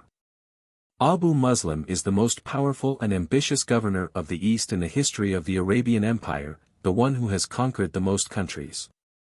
He can't possibly not have a plan, and he can't possibly allow this war to end like this. Daluan Ruozen's eyes were as bright as snow, revealing a penetrating look. It seemed that in this war, nothing could escape his calculations. This was the bearing of a wise general. Even the heavenly wolf general Wuxia, who was about to leave, could not help but stop when he heard Daluan Ruozen's words. He turned around and returned to the top of the hill. In just over a day, even Wuxia didn't realize that he had developed a deep trust in this wise foreign prime minister. Although the Tang people's giant ballistae look powerful, they are only useful against large targets like giant beasts. Against ordinary soldiers, it was like a catapult. Although it looked imposing, its true lethality was extremely limited. Moreover, no matter how many giant beasts died, I believe that Abu Muslim should have achieved his goal. The Tang people's defense line has been completely opened for them. Daluan Ruozen spoke slowly and calmly. There was a strong confidence in his words and actions. Also, if my judgment is correct, the people of the Tang dynasty should only have these 2 giant ballistae, or at most 3, no more. Moreover, they must have been hastily assembled.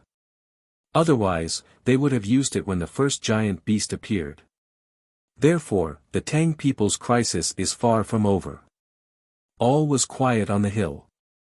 Wuxia, Huishu Huizong, and Dusong Mengpoch, these 3 great generals, were all dumbfounded. If the Tang dynasty's situation was as Daluan Ruozen had predicted, then their situation was probably far from good. If that's really the case, doesn't that mean they'll die once the ballista is destroyed? Dusong Mengpoch could not help but ask. Hehe, isn't that right? Daluan Ruozen chuckled, revealing a thought-provoking smile. The first phase of the battle had ended, but it was only now that the war had truly entered its proper rhythm. Daluan Ruozen knew that the following battle would be much more intense than any of the previous ones. In the distance, the mood in the Arab camp was extremely oppressive. The cheers of the behemoths had vanished long ago. When the last of the black boar behemoths, the destroyer, fell to the ground, the 200,000 Arab soldiers were deathly still, not a single sound coming from them. In the rear of the army, the mood was even more oppressive. All the Arab soldiers were staring at the hunchbacked figure. Even though Mazel was a trusted aide of the Caliph and the commander of the behemoth army, he couldn't help but feel his face turn red and unsightly under this pressure. When he had first arrived, he had been brimming with pride and confidence, believing that the behemoth army he had brought with him could sweep away the infidels of the city of Talas.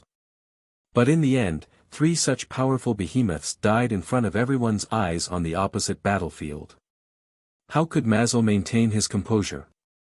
More importantly, Mazel and the behemoth army represented the Caliph, one of the strongest forces of the Arabian Empire. This sort of result had undoubtedly shamed both the empire and the Caliph. This was an accident. I also didn't know that something like this would happen. The reports you gave me didn't mention that the enemy had these giant ballistae. This sort of thing has never happened before. Mazel finally couldn't help but argue. No one said anything, but their gazes were enough to explain the problem. Arabia was a country of war, a country of conquest. What it worshipped the most was strength. Without strength that could convince others, even a trusted aide of the Caliph would be useless. If Mazel had been able to subdue his foe and destroy that fortress, then even if he was a hunchback, everyone would still respect him. But there was no doubt that he had messed up. Enough. Abu Muslim finally spoke.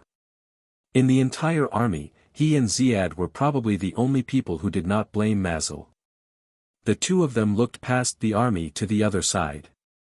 This battle was not Mazel's fault. Moreover, even though the behemoths are dead, Mazel has already helped us accomplish our goal and opened the Tang dynasty's defense line. Now, it is our turn to attack. With these final words, Abu Muslim's eyes flashed with an astonishing cold light.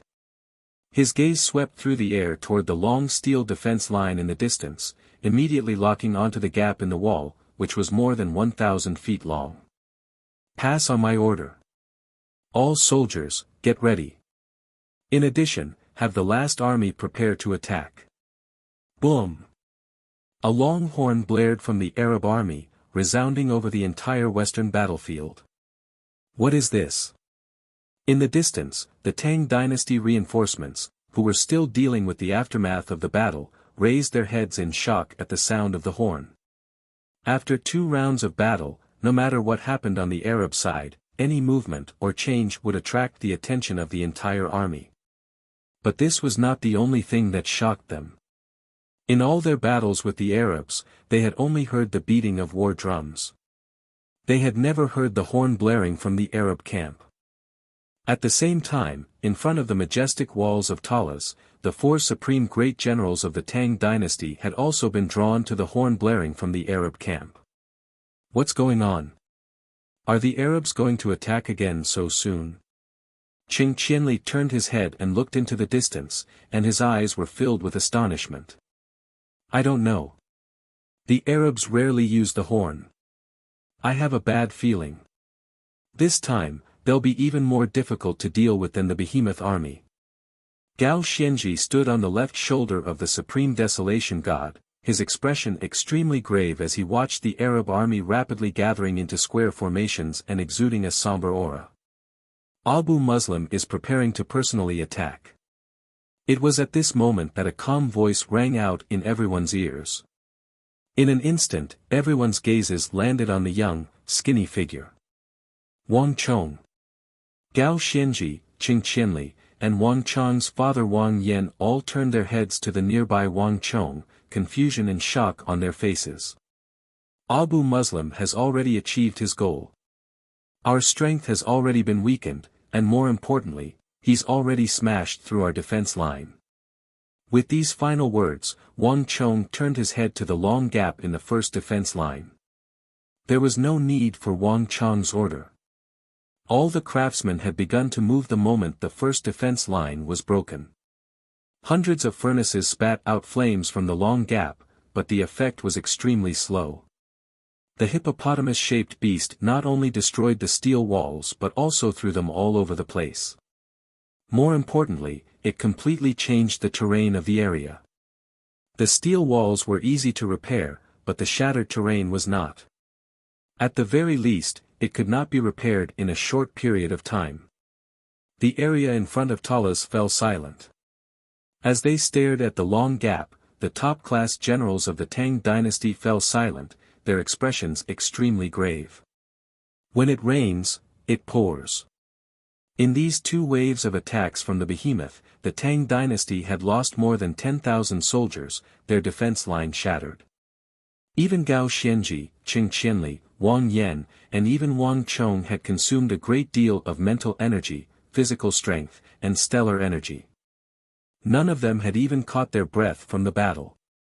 If Abu Muslim were to launch an attack with an army of 200,000 soldiers and personally take action, it would be a nightmare for all of them. At a time like this, the only person who could maintain his composure was Wang Chong, but the waves in his heart were far more intense than anyone else's. That horn, is it the skyquaking army? Wang Chong's mind was in turmoil as he stared in the direction the horn had come from. Gao Xianji and Qing Qianli had not recognized it, but Wang Chong had recognized it the moment the horn had sounded. It was the horn of the skyquaking army. The Arabs did not use horns. Only a special army in the Arabian Empire would use them. The skyquaking army. Is it finally about to begin? Wang Chong mentally muttered to himself. In his last life, Wang Chong had never participated in the Battle of Talas, but Wang Chong knew all the details of this battle by heart. The Skyquaking army was the formidable force that had shaken everyone on this battlefield. This was not the first time Wang Chong had encountered this force. It had appeared in the War of the Southwest. 6 to 7 meters tall, sometimes even 10 some meters, had inflicted enormous damage to Wang Chong's soldiers. At the time, they had only been called the Giant Army, but Wang Chong was well aware that this force was completely different from last time. This was the true Skyquaking army. A violent, destructive, and terrifying army.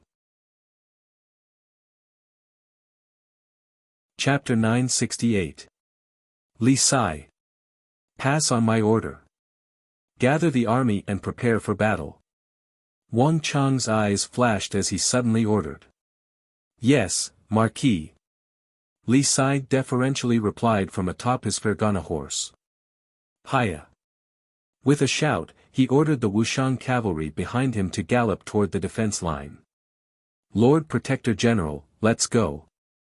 At almost the same time, Wang Chong dispelled his Yama Devil avatar. With a battle at hand, Wang Chong could sense that it would be a fierce battle. Gao Xianji nodded and rode toward the defense line. Rumble. In the distance, the blaring of the horns had stopped, but the quaking of the earth was only intensifying. As the 200,000 Arab soldiers gathered and prepared for battle, they exuded an aura that seemed capable of toppling mountains and overturning seas. Just by looking at it from afar, one could already feel a suffocating pressure. Roar! Countless Arab cavalry roared, all of them waving their scimitars that reflected a cold light in the sunlight. Tens of thousands of scimitars pointed into the sky, creating a dazzling forest of scimitars. The Arabs have finally moved out. In the distance, the Western Turks and the Uzun were also watching the tens of thousands of Arabs on the horizon, their shouts shaking the heavens. Duluan Ruozan and the others had calm expressions, but their eyes were much brighter. After waiting for so long, the Arabs had finally decided to move out. Although the power of the behemoths was astonishing, in the end, in order to destroy the nearly 100,000 soldiers of the Tang dynasty, they would still need soldiers on the ground. I wonder if the Arabs can completely crush the Tang people. Huishu Wizong muttered to himself, a hint of anticipation in his eyes as he gazed at the vast Arab army. In terms of cavalry charging and breaking through defenses, no one in the world could surpass the Arabs. Even the proud Uzun had to admit their inferiority in this aspect. In terms of positional warfare and infantry defense, no one in the world could surpass the Tang people. Other than the Tang dynasty, there was probably no other empire or faction that could use purely infantry defensive techniques to block the storm of attacks from the fiercest Arab cavalry in the world. The Tang dynasty dominated with infantry while Arabia contended for hegemony with cavalry. These were the two most powerful empires of the East and West, the most representative of their armies. But now, the situation had changed. The steel defense line built by the Tang dynasty was beginning to crack. A gap of more than 1,000 zhang was more than enough for the Arab cavalry to bypass the defense line and charge straight into the heart of the Tang dynasty. The Arabs already possessed the ability to completely crush the Tang dynasty. The Tang dynasty still wants to repair it, but it's already too late. There's no time to repair a gap of more than 1,000 zhang. The Tang dynasty's loss is certain. A voice came from Shusha. Huoba Senji was riding a highland steed, also observing the battle from the hills. Behind him were several thousand Mutri great cavalry. It's just a little regretful. It seems like the Tang dynasty's Wuxian cavalry won't die at our hands. But to be able to see them die on the battlefield, to see them completely wiped out, is at least a consolation to the White Braves and Qinghai cavalry who were slain by the Tang people. These last words were spoken in a much quieter voice. The army of more than 60,000 Western Turks and Uzun soldiers was silent, all of them waiting for the storm to come. The air was tense. While the vast Arab army was preparing for battle, the countless Tang dynasty soldiers were gathering behind the first defense line. The warriors who had previously retreated into the city to avoid the battle all rushed out at this moment. Row by row, they formed countless distinct phalanxes. In a few short moments, the Tang dynasty had already formed the first defense line, and then the second, the third. In front of the army, Zhang Shouji was busy leading all the craftsmen, doing their best to repair the steel defense line that had been broken by the behemoth. Flames raged and smoke billowed. There was a tense atmosphere everywhere. The Tang dynasty and the Arabs, the two strongest armies of the East and West, were in a distant standoff. Although no battle had yet begun, the tense atmosphere was far more intense than it had been in the past. Rumble. While the great Tang was preparing for war, in the distance, the earth quaked as massive black silhouettes began to walk forward from the rear of the Arab camp, blocking out the sun and obscuring the sky. An enormous pressure that was like a flood penetrated through the layers of space and pressed down towards them. Buzz. Seeing this scene, everyone's expression changed in an instant. 1, 2, 3, 4. For massive behemoths were moving in the distance, heading toward the great Tang camp. How could this be? How could the Arabs have so many behemoths?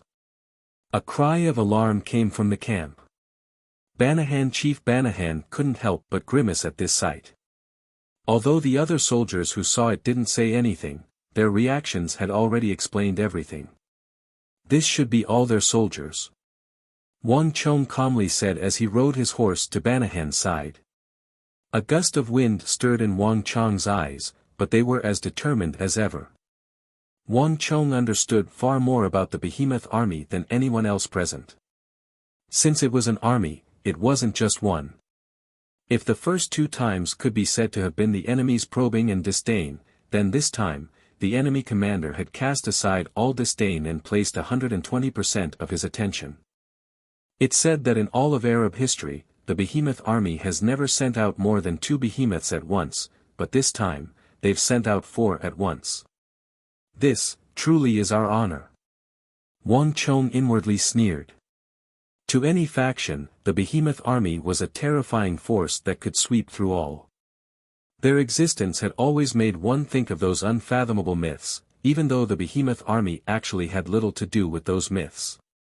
The 4 behemoths were still an enormous pressure on Wang Chong. But now that he had 2 giant ballistae that could restrain the behemoths, Wang Chong had a much easier time. At the very least, the behemoths were no longer invincible existences.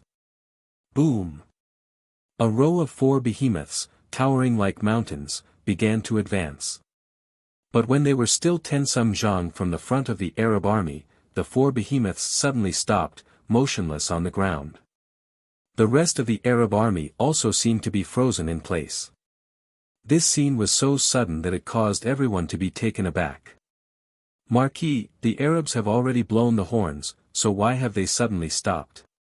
Just what are the Arabs waiting for? Xue Qianjun looked away in shock, subconsciously turning to Wang Chong on his white-hoofed shadow. All of them had prepared for battle, but the 200,000 Arab soldiers and 4 terrifying behemoths had suddenly stopped. All of them were dumbfounded, unable to understand what was going on. In the howling winds, Wang Chong silently gripped the reins of his horse, countless thoughts flitting through his mind. As he stared at the Arab army, he vaguely thought of something, but he couldn't grasp it in his urgency. Ever since he had intervened in the Battle of Talas, everything had changed from what he remembered. Not even he could predict what would happen next.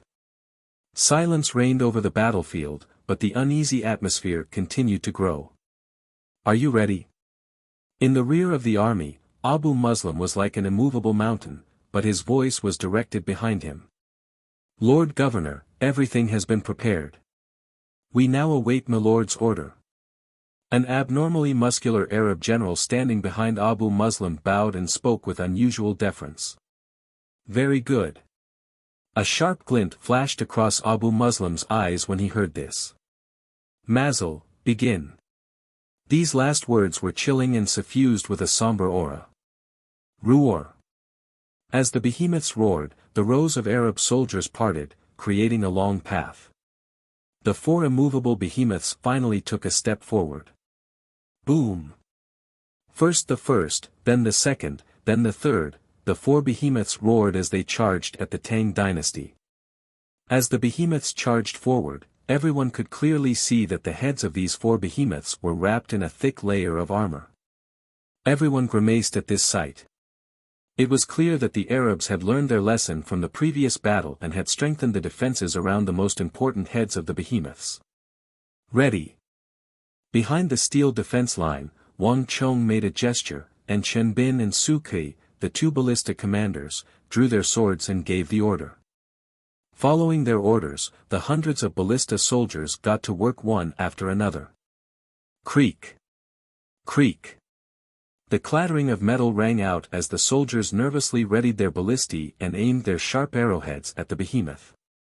The Tang dynasty only had 2 giant ballistae, but they were facing 4 behemoths. No one knew if they would be able to take them down. Wang Chong, are there no other giant ballistae in the camp? Can you make a few more? The galloping of hooves could be heard as Go Xianji rode his horse over to stand next to Wang Chong. His eyes were looking forward, a faint hint of worry in them. No. Wang Chong shook his head. The giant ballistae have always been just a concept that has never been tested. It's already a miracle that we can make them and use them as they should. There's no way to make a third in the short term. Chapter 969. Marquis, in truth, with our current conditions, it's still possible to make another one. At this moment, an elderly voice came from behind them. The 4 of them turned their gazes to Zhang Shouji, who was standing behind them. The greatest problem with the giant ballistae is that we don't have the experience and that the materials used are special, which is why we weren't confident in making them. But now that we've made one, we have experience that we can rely on. Although making a third one will still be extremely difficult, with enough time, it's possible. Moreover, the ballistae that were destroyed earlier are ready-made materials. We can also forge the other parts on the spot. As for the ballista bolts, they're also very easy to deal with. With these last words, Zhang Shouji turned his head to the first defense line, where the Arabian behemoths had been shot down. The ballista bolts used by the giant ballistae were different from the others. They had basically all been forged by Zhang Shouji and the others in the capital, gathering the best craftsmen and grandmasters of the various smithing clans and using the best techniques and materials. In the final forging process, a large number of formations and inscriptions had been added to the ballistae. Only in this way could these giant ballista bolts pierce through the tough and elastic skin of the behemoths and pierce through their steel-like bones. This was not something that could be casually forged on the battlefield. But these precious giant ballistae bolts were actually the least of Wang Chong's worries. Understood. On the other side, Qing Qianli, the Vice Protector General of the Anxi Protectorate Army, had a sharp light in his eyes. He suddenly squeezed the horse's abdomen, and without saying a word, he immediately urged the horse to gallop towards the nearest rhino-shaped beast's corpse. Arriving in front of the gigantic beast, Qing Qianli leaped onto its head. Pooh! Qing Qianli bent down and pulled forcefully, pulling out a bloody and heavy giant crossbow bolt from the gigantic beast's head. Boom! Qing Qianli raised the giant ballista bolt as if it were light and threw it with all his might. The giant ballista bolt landed not far from one of the giant ballistae, causing a cloud of dust to rise into the air. One after another, he threw them over. Each of these giant crossbow bolts was extremely heavy. Other than a top-notch general like Qing Qianli, it would be very difficult for others to pull them out. With Qing Qianli's help, they managed to retrieve 30 to 40 giant crossbow bolts in a short period of time. All of the heavy ballistae bolts were pulled out and stacked next to the 2 giant ballistae. Dong! Dong! Dong! At this moment, war drums began to beat from the Arab camp. Not long after the 4 behemoths began to charge, the 200,000 Arab cavalry suddenly began to move. Like a black tide, they followed the behemoths and charged toward the Tang people's defense line. Kill! Destroy them! Kill these heathens! Battle cries shook the heavens and the earth, and accompanied by the thumping of the war drums, a violent, ferocious, and murderous aura whistled over like an avalanche. The war had finally begun. Ready! In the gloomy sky, a loud voice resounded over the defense line. Clang clang clang. Swords were unsheathed and gleaming in the air. Shield soldiers, get ready. Ballistae, get into position. Cavalry, assume formation. Military orders were issued one after another, clear and unambiguous, from top to bottom, constantly spreading throughout the entire army. In a flash, the more than 100,000 soldiers of the Qixi Protectorate Army and the Anxi Protectorate Army began to move. The sounds of footsteps, armor clanking, swords clanking, shields vibrating, and the sound of the furnace forging merged into one.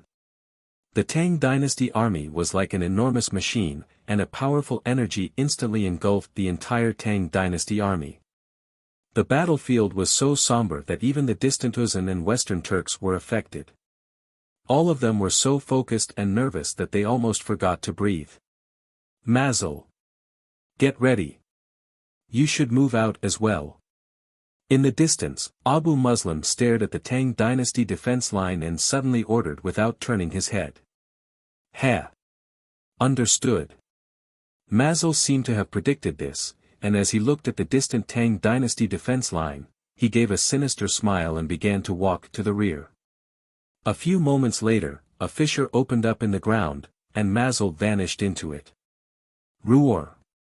The giant beasts roared, and the rumbling footsteps shook the earth and the sky. They were getting closer and closer to the army and the first line of defense. Their heavy bodies stomped on the ground, kicking up a cloud of dust that was more than 10 meters high. Behind the behemoths, the Arab cavalry waved their scimitars and surged forward like a flood. 3,000 zhang. 25,000 zhang. The four behemoths and the vast sea of Arab cavalry charged at the Tang people's defense line. All soldiers, get ready. Li Sai led the 5,000 Wuxian cavalry to the very front of the defense line, his thunderous voice echoing in everyone's ears. Nervous. Incomparably nervous. The tension between the two armies had multiplied. Whether it was the Arabs, the Tang people, or the mercenaries, all of them were staring at each other, their hands gripping their weapons so tightly that the veins on their arms bulged. At this moment, even Wang Chong and Gao Xianji appeared a little nervous. The decisive battle between the Arabs and the Tang dynasty was probably about to begin. Ballista Army. When the Arabs and behemoths were still 2,000 zhang from the defense line, Wang Chong unsheathed his sword and gave the order. In an instant, the creaking sounds of machinery rose and fell incessantly in the ears of everyone present. The 3,000 ballistae were all knocked and aimed at the enemy. The only force that could pose a threat to both the Arab cavalry and the behemoths was the ballista army. Although they could not deal as much damage as the giant ballistae, they had the advantage in numbers, and they were still effective in this battle. But just when all 3,000 ballistae had been loaded, there was a massive boom. Behind the Arab army, on the distant horizon, the ground suddenly quaked as if something had just exploded. Translated by Hypersheep 325. The commotion was so great that it was accompanied by a series of changes in light and shadow. In an instant, it quickly attracted everyone's attention. What's that?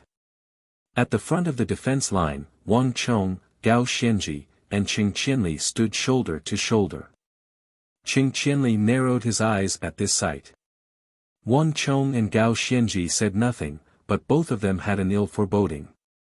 No matter what that explosion was, for it to appear at a time like this was not a good thing. Hua! Suddenly, the crowd fell into an uproar. The confusion of the army did not last for long before the answer was quickly revealed. Look over there. What's that? A meteor. It's a meteor. As the Tang soldiers watched in shock, a massive meteor, blazing with dark green flames, began to tumble through the air as it hurtled toward the Tang soldiers. By the time the Tang soldiers noticed it, it was only several hundred zhang from their heads. Careful! Wang Chang's pupils constricted as an intense sense of danger welled up in his heart. This scene was far too bizarre, and not even Wang Chong had predicted it. But even though Wang Chong had warned them, it was too late. Boom! In the time it takes for a spark to fly off a flint, there was an earth-shattering boom. The huge, burning meteorite flew through the air for hundreds of meters and smashed heavily into the ground. Ah! A series of miserable screams rang out as the meteors crashed into the ground, triggering an earth-shattering explosion. The shockwave sent many Tang soldiers and Western regions mercenaries flying with their horses. Countless pieces of rubble shot out in all directions like sharp arrows under the influence of the shockwaves. Neigh! The warhorses neighed, and countless warhorses' eyes widened as they retreated in terror. The meteors continued to fall, and the army was thrown into chaos. Right in the middle of these warhorses was a huge crater. The crater had a diameter of more than 10 meters, and the core area was 6 to 7 meters deep. At the deepest part of the crater was a giant egg. The egg was dark green and was 5 or 6 people tall. Its mottled surface appeared to be made of some kind of tough metal, and it was burning with dark green flames. Gotcha! A series of crisp sounds came from the giant egg. The moment it hit the ground, the dark green egg, which had been mistaken for a meteor, immediately cracked into tiny black cracks. Boom! Before anyone could react, a huge hand that looked like dark steel suddenly reached out from inside and grabbed the edge of the crack. Heh heh heh, all of you, die! A cold and tyrannical voice, accompanied by a strong murderous aura, suddenly rang in everyone's ears. At that moment, everyone saw clearly that the hand that reached out from inside the egg was actually bigger than a horse. And behind the egg, there was a pair of scarlet and terrifying eyes. Ah! There were cries of alarm all around. Countless warhorses seemed to be greatly frightened and retreated, neighing in fear. In the time it takes for a spark to fly off a flint, under everyone's horrified gazes, the giant egg split open. Amidst the clanging sounds of steel, a pitch-black giant that looked like steel rose from within the giant egg. 10 meters, 15 meters, 17 meters. In the end, the giant's height stopped at 18 meters. With dark brown steel-like skin, a tall and mighty body, and a pair of tyrannical, evil, and destructive eyes, this was an ancient giant in myths and legends. And the mottled green eggshell was the giant's armor. Boom! Chapter 970. Ha ha ha, you damned ants, all of you can die for me. Waves of ferocious laughter reverberated above the army. Bang! At the same time that the boulder was thrown, the giant leaped out of the huge hole in the ground like an agile monkey. Boom! The two steel-like black arms swung up like a wheel and swept fiercely. Boom! Boom! Boom! Before anyone could react, they heard a series of miserable screams. At the edge of the pit, the 20 to 30 Tang dynasty cavalry were caught off guard and sent flying like ragdolls. The green-armored giant that descended from the sky did not stop at all. He leaped forward and grabbed a huge green shield that was taller than a person. He swept it back and forth, throwing and sending all the soldiers in front of him flying. Organize the defense line. Careful. Surround him with all your strength. This scene was so sudden that the troops around the pit were thrown into chaos. Countless soldiers from the Tang dynasty, Greater and Lesser Valor, and the mercenary tribes of the western regions charged forward. But before this terrifying giant, they couldn't even take a single blow. Rumble. Soldier after soldier, squad after squad, row after row, countless soldiers were swept up like leaves and dust in a sweep, swept away by the 18-meter-tall giant.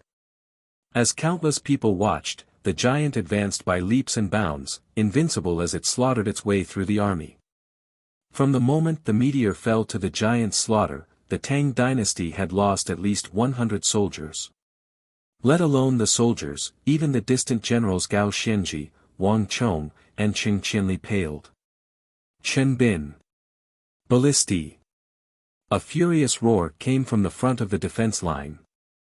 The sight of this invincible giant made Wang Chong's face pale and his heart sink. The skyquaking giant. Even though none of the surrounding soldiers, including the general in charge, knew where the giant came from, they were all shocked. But Wang Chong immediately recognized it as the famous skyquaking army that the Arabs had used in the Battle of Talas. Wang Chong had not been surprised by the appearance of the skyquaking giants. But Wang Chong had never imagined that the skyquaking giants would appear on the battlefield of Talas like this. More importantly, there had never been just one skyquaking giant, but an entire army. This also meant that, Hua. Look. Not good. Run. As if in response to Wang Chong's thoughts, boom boom boom. The earth quaked and rocks and dirt shot out in all directions. Amidst the chaos, giant asteroids blazing with dark green flames began to fall from the sky, smashing into various parts of the army with lightning-fast speed. Roar! Amidst the explosions, the towering skyquaking giants roared and raised their arms as they rose from the giant eggs with the momentum of holding up the heavens. This fierce, tyrannical, and frenzied energy was like a storm that shook every Tang dynasty soldier. Kill them! Savage roars resounded through the steel defense line as the skyquaking giants began to speak in Arabic. Boom! As if receiving some sort of signal, the skyquaking giants scattered throughout the army began to move. Boom boom boom! One towering skyquaking giant after another rose from the ground. The moment they appeared, they madly attacked the Tang dynasty soldiers in front of them, all of them madly galloping toward the same destination. Ah! A scream rang out as a Tang dynasty horseman was caught off guard and struck by a black iron palm. Both he and his horse flew more than 100 feet into the air before crashing to the ground several dozen feet away. In that instant, everyone could clearly see that the palms of the giants, when spread open, were actually larger than a horse. Get out of my way! At the same time, another giant kicked out with his foot. Whoosh! Whoosh! Whoosh! 10 some cavalry were sent flying into the air. In a few short moments, 7 or 8 skyquaking giants had thrown the Tang dynasty formation into chaos. Bang! A massive black ballista bolt flew through the air, shooting toward a skyquaking giant. But in a flash of light, there was a boom as the dark green shield in the skyquaking giant's hand blocked that ballista bolt that could destroy all obstacles and was the nightmare of cavalry. Careful of those ballista soldiers. Kill them. The skyquaking giant stomped a foot on a corpse and gave a heaven-shaking roar. Boom! Before anyone could react, the giant suddenly bent down, grabbed a robust horse corpse, and tossed it over fiercely. There was a massive boom and an explosion of energy as a ballista several dozen zhang away was struck by the corpse of a horse. The ballista and 5 ballista soldiers screamed as they were thrown into the air. With this skyquaking giant's example, the other giants began to follow suit. They grabbed whatever they could use around them, boulders, human corpses, horse corpses, and threw them over. Boom boom boom. One important ballista after another of the Tang dynasty's ballistae was smashed to pieces, and the ballista soldiers suffered grievous losses. And this was only the prelude. One skyquaking giant after another curled up into a ball of burning dark green eggs that were hurled down from the sky by the catapults. 20, 30, 50, the skyquaking giants fell like meteors, covering almost the entire army. Roar! Roar! The savage roars of the giants resounded through the sky as the situation suddenly became extremely grim, extremely disadvantageous to the Tang dynasty. Not only that, as these giants attacked the Tang soldiers, they were also rapidly moving in the same direction, running with large strides. Not good. Their target is the giant ballistae. A worried voice rang out in everyone's ears. As the commanders of the ballista army and the true controllers of the two giant ballistae, Chen Bin and Su Ke were the first to notice that something was wrong. From their vantage point, all of the giants, no matter where they had fallen, began to approach the two giant ballistae the moment they rose to their feet. The giant ballistae were no longer simple weapons or armaments. Although the city of Talas had around 100,000 soldiers, these two giant ballistae were the only weapons other than Wang Chong, Gao Xianji, Wang Yan, and Qing Qinli that could harm the four behemoths. From a certain perspective, they were even more effective than the attacks of great generals. Without these two giant ballistae, the Tang dynasty would be in grave danger. It was clear that the Arabs had realized this, which was why they had dropped the giants over to attack the giant ballistae.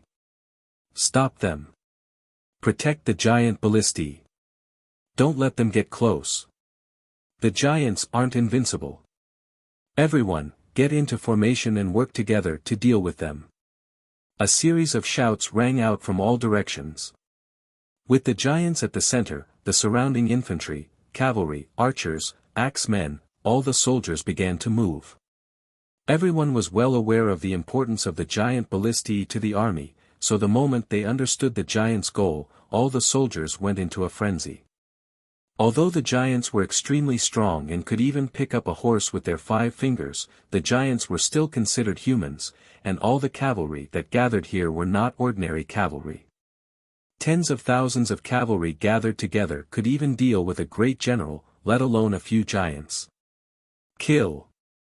Amidst the earth-shattering battle cries, waves of soldiers rushed towards the giants like a tidal wave. At the same time, at least half of the 3,000 ballistae turned to aim at the skyquaking giants within the defense line. Boom boom boom. Long black ballista bolts flew through the air like dragons at the skyquaking giants. Roar! Defend! A skyquaking giant with a thick red beard suddenly bellowed. Bzzz. The charging skyquaking giants suddenly slowed down and took up defensive stances. Bzzz. The charging skyquaking giants suddenly slowed down and took up defensive stances. Bang bang bang. The long ballista bolts shot forward like lightning bolts, but the skyquaking giants used their dark green armor to block them. Plush! On the outermost edge of the battlefield, a skyquaking giant was caught off guard, and a long ballista bolt pierced through a chink in his armor and into his chest. But the skyquaking giant acted as if nothing had happened. His right hand grabbed the end of the bolt and pulled, tearing out a large chunk of flesh and skin. An ordinary human would have died from such an attack, but the skyquaking giants were only slightly weakened, the flames of life still burning in their bodies. Although the skyquaking giants could not compare to the behemoths in terms of vitality, they were still extremely powerful. Split up. Split into 3 groups to deal with the ballistae. The rest of you, get rid of those 2 ballistae. The red-bearded giant bared his teeth and savagely roared as he swiftly took up a countermeasure. To the astonishment of everyone, these seemingly brawny and simple-minded skyquaking giants began to work together under the command of the red-bearded giant.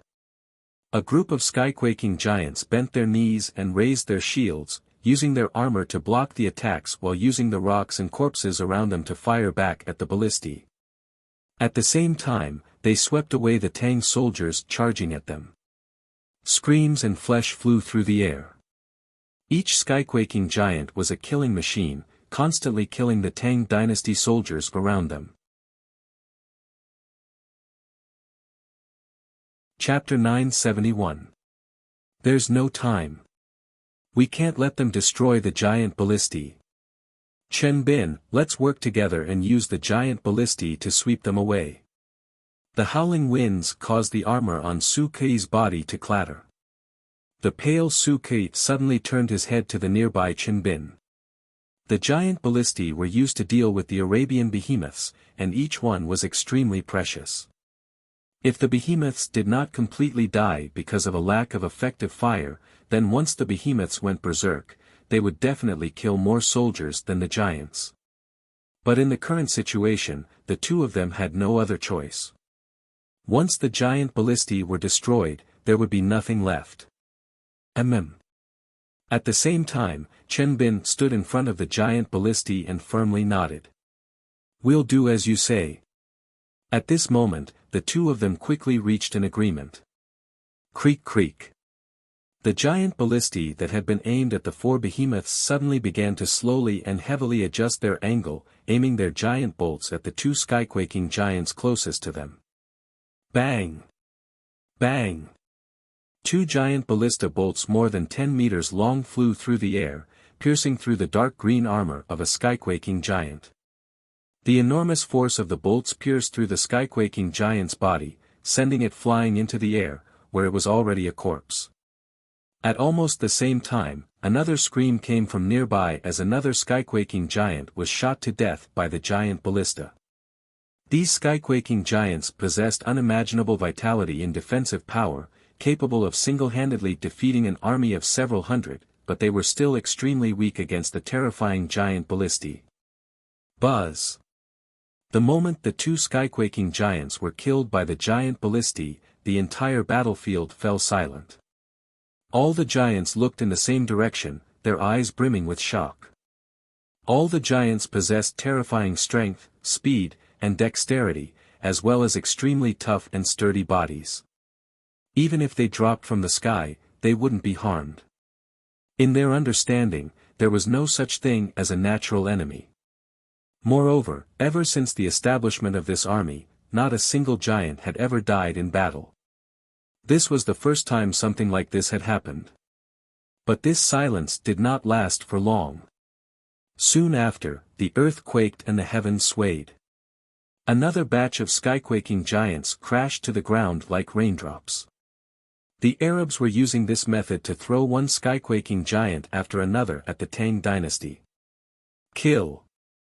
With a furious roar, all the skyquaking giants reinvigorated and once more charged toward the giant ballistae as if their lives depended on it. Release! The ballista bolts boomed as Chen Bin and Su Kai swung their swords, directing the two giant ballistae to fire at the surrounding skyquaking giants. But the time it took for the giant ballistae to fire had become a fatal flaw. Air surged as the skyquaking giants approached. The Tang dynasty's dire situation was not just this. As the giants of the skyquaking army continued to descend from the sky and attack the two giant ballistae, the Tang dynasty's defense line was in turmoil, the four Arabian behemoths roaring in the distance. They were now less than 1,000 zhang from the first defense line of the city of Talas. Behind the behemoths, the 200,000 Arab soldiers roared as they surged forward like an avalanche. Beset by enemies from within and without, the 100,000 soldiers of the Tang dynasty were suddenly plunged into an unprecedented predicament. Li Sai. In the time it takes for a spark to fly off a flint, a young and calm voice suddenly sounded in everyone's ears. This voice seemed to possess a unique charm that made people involuntarily believe in it. It also caused the originally chaotic army to suddenly calm down. Wang Chong stood in front of the defense line, taking in all of this. Although he appeared calm on the surface, his mind was in turmoil, an invisible pressure surging toward him from all sides. Only Wang Chong knew how much pressure he was under, but he could not reveal any of it. Take all the Wuxian cavalry and immediately return to the defense line. Kill all the skyquaking giants. I'll leave it all to you. This general will go. In this desperate situation, Li Sai clenched his teeth and urged his horse to charge at the skyquaking giants. Everyone, follow me. The 5,000 Wuxian cavalry silently followed Li Sai like the guards of the god of death as they charged at the skyquaking giants. 100 to each group. Quickly scatter. As they charged, Li Sai's deputy, Kong Xian, shouted. The dense ranks of Wuxian cavalry quickly divided into 50 100-man groups that charged at the nearest skyquaking giants. The Wuxian cavalry were the strongest in the army, and they could only be relied on to deal with the skyquaking giants. Even after all this was done, Wang Chong did not relax in the slightest. His eyes were sharp and dazzling, even more dazzling than the sun. He abruptly raised his head to look at the sky, and his dazzling eyes instantly became incomparably deep. Rumble. At the end of Wang Chang's vision, one skyquaking giant after another fell like meteors toward the Tang dynasty. All these dark green meteors were reflected in Wang Chang's eyes, and at this moment, Wang Chang's mind began to rapidly calculate. Elder Fong, Elder Du. I need your cooperation. To the southwest, the four symbols Yin-Yang Soul Trap can position. Hurry. These words were so sudden that even Anshi Vice Protector General Qing Qianli, who was standing next to Wang Chong, was taken aback. However, there were two people who were not. Marquis understood. Leave this matter to us. Two figures, with their sleeves fluttering in the wind, suddenly opened their arms like huge birds and leaped out from the army. While they were still in the air, they grabbed two large, heavy pieces of steel and threw them into the distance. Clang clang clang. One piece of steel after another flew into the air and plunged into the ground. Both Elder Fong and Elder Du were Saint Martial experts of Wuxiang village, and in the blink of an eye, they had used these pieces of steel to lay down a massive four symbols Yin-Yang Soul Trap. Boom! Almost at the same time that the two of them laid out the four symbols Yin-Yang Soul Trap, a huge meteorite fell from the sky, smashing heavily into the center of the formation. Roar! With a heaven-shaking roar, the dark green meteor split open, and a sky-quaking giant with a storm of energy rose from the formation, waving his arms. But just when he was about to begin a massacre in the army, he suddenly saw the situation around him, and his roar came to a sudden stop. The giant was dumbfounded. Outside the formation, Elder Fong and Elder Du saw this sight and immediately understood what was going on. To the southwest, the four symbols Yin-Yang Soul Trap can position. At this moment, Wang Chang's voice rang out once more. Hurry! In an instant, Elder Fong and Elder Du returned to their senses at the same time, and without another word, they immediately flew in another direction. The two Wuxiang village elders finally understood what was going on. Wang Chong was roughly calculating where the giants would fall from the sky and using the four symbols Yin-Yang Soul Trap to trap them. At a time like this truly was the best way to deal with them. To the southeast, Li position. To the northeast, Kuan position. To the east, Dui position.